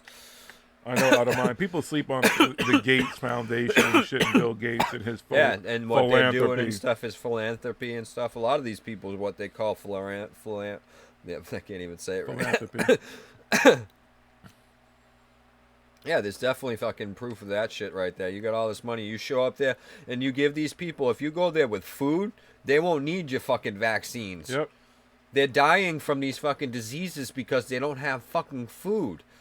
They don't have clean water. Mm-hmm. But you go there and you give them vaccines. Well, you drink food. I mean, you drink clean water and you eat food. And living in tents and living in the air-conditioned tents and fucking all the fucking bullshit that you walking fucking around do. with masks and shit and everything on and treating these people like they're Yep. And been doing it forever. But at no point, you still haven't figured out how to give them all water and food. Yet Akon, a rapper, could go and give people solar electricity water and he's all. giving people fucking, I forgot who it is who's fucking giving billions of fucking those life straws to people over there. They just fucking go over and just give them out. Billions and billions of life straws so these people can fucking go and turn their water, their shit water into fucking clean water with a fucking straw. So they have fucking water. Akon. Well, he got that Lady Gaga money, but good. Yeah, there's a lot of people, a lot of Putin's money. got billions, but again, fucking, these people in the Middle East got trillions of dollars. So again, if they wanted to really do, they could fucking put the end to everything. One of them. Just be like, shh, world hunger, oceans, Fucking space fucking around the Earth, all these old satellite fucking space junk, all fucking done. Everything. Homelessness, one fucking check, dude. Guy be like, boop, boop, boop. Here's $1 trillion. $1 trillion would cover it. $1 trillion would fucking take care of all those problems. Bang. Anybody got $1 trillion to spare? I don't. If I got it, I'd write the check. I think if all those trillionaires, because there's not just one trillionaire in the fucking Middle East. There's a lot of trillionaires in the Middle East. Look into trillionaires in the Middle East. You'll be like, holy fuck. That's why people in Dubai and fucking Saudi Arabia and shit, they drive around in Bentleys and Bugattis and shit with fucking tigers hanging out the fucking side of them and shit like that. And they crash them and they're like, oh no. Let me just get another one. Bring me my other car, please. I'll take the blue one now. You ever seen the stupid shit that these fucking trillionaire fucking kids, some of them billionaires too, some of them are billionaire kids and stuff like that, but you know what I mean? And what they're doing, it's just fucking ridiculous. Because they just have so much, they could just do that. They could do whatever the fuck they want. They buy entire fucking place. They're like, I'll take this whole entire building.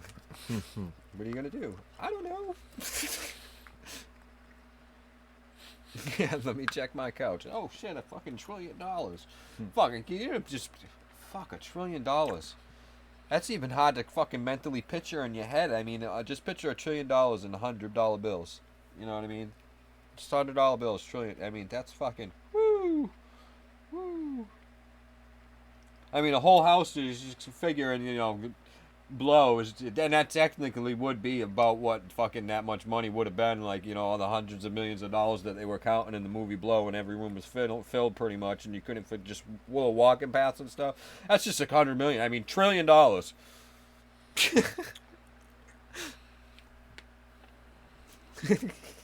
No one's ever. Yeah, that's what I mean. And that $1 billion to them, they're like, oh, $1 billion bet, fuck it. It's a drop in the well. It's fucking insane. Fucking trillionaires. And Right, again, that kind of money. these people, all these people, they could, you know, all these rich people, anybody with fucking $1 billion or more, they could all get together and be like, here, we're all just going to give 1% of our money to solve all the world's problems right now. 1%. 1%. 1%. That's it. Nobody's hungry anymore. No, everybody has clean water. Everybody has a place to live. That's it. Everything's done. Everybody's happy. Everybody lives fucking peacefully. That's it. Now I'm going to the moon. Fuck y'all. I'm going back. Back to the desert, and I'm gonna race my leopard against Michael Adams' leopard because mine is definitely gonna outrun his. Yeah, well, you still got trillions and billions of dollars. Well, my turtle is gonna raise both y'all's leopards. Oh fuck, dude. Well, if you wanted to have, I'm gonna bring my tortoise. Mm-hmm. Well, I'm bringing my hair too, just to make sure. I'm gonna race it all. Okay. Jonathan is gonna bring his pet cockroach to race. Everything else. Utopia. Yeah, I know. Out of mind. What a wonderful world it would be, right? A fucking wonderful world. It's possible, and people are like, that's not possible. I'm like, yeah, it really fucking is. If it really comes down to money, they're like, oh, well, it's gonna pay for all this shit, because, you know, supposedly we gotta pay for fucking food and shit, even though it fucking just grows naturally everywhere. Fucking everywhere you go, it just fucking naturally grows. Water, where are they gonna get this water from? Oh, it's fucking water. We gotta pay for fucking water. Dude, they're literally pay for it to be water clean out of now air and shit. now. You gotta pay for it to be clean now and shit, but you know. They can create water out of air. They literally have things that can do that Scrooge now. McDuck money. That's what I'm talking about. These fucking people over there, they got fucking money bins. They probably do, because they don't have to put it in a bank. They don't have to do anything. There's no, like... Must be nice. Who's that Sheik did that fucking... He was a big fucking dude, and he was like one of the presidents. Somebody over there just got fucked for fucking all kinds of fucking embezzlement, all kinds of things, and it was fucking for trillions of fucking dollars. They better bury him on another planet. Fuck that. He's like Bernie Madoff. He's laughing at Bernie Madoff. Yeah.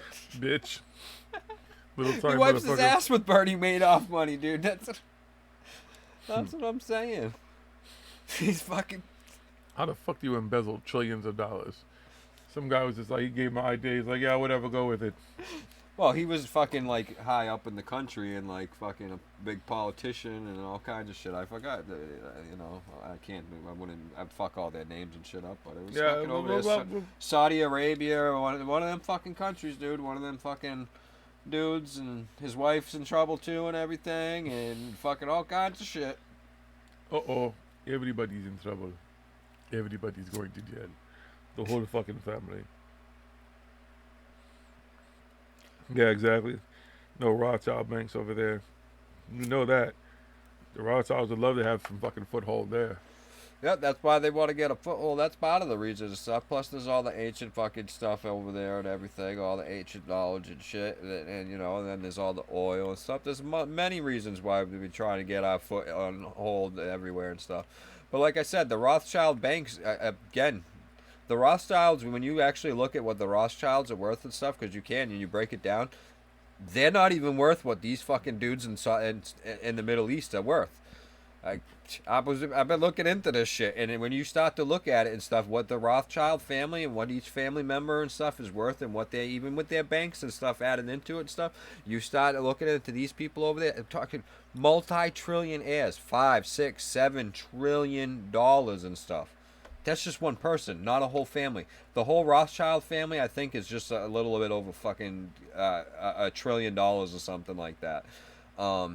From everything that I've gathered and stuff, because you can find out all that stuff and everything. People just use the Rothschild fucking name and everything like that. Their banks and everything, all that stuff isn't as much as they have some influence through the world and stuff like that, but it's not everything like people think the head of the Illuminati is the Rothschilds and stuff like that. There's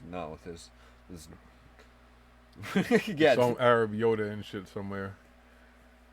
Fucking very well what might be, but like I said, the Rothschilds are another fucking just one of those fucking names that people have just latched onto and everything because of fucking few fucking stupid shit stories and everything like that. When you really break it down to, yeah, they at one point they were a lot more powerful than what they are now and stuff.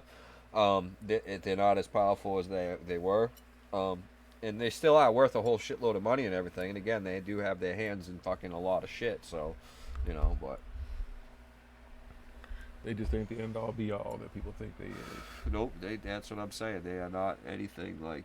Yeah, we know the politicians are fucking puppets and shit, and it's people with money and control. But it's not the people that we think with the money and stuff. Again, I think because at these fucking G8 summits and stuff, there's fucking Arab sheiks and other fucking people like that too and everything.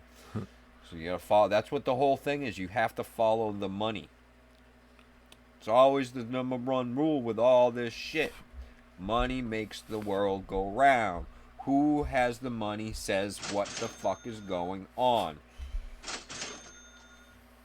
Because who has the money has fucking... Show me the money. Has the most power. They don't even need to have the most weapons because they could just buy the person who has the most weapons or who has the weapons for them to fight and everything. Oh, shit. Russia, here.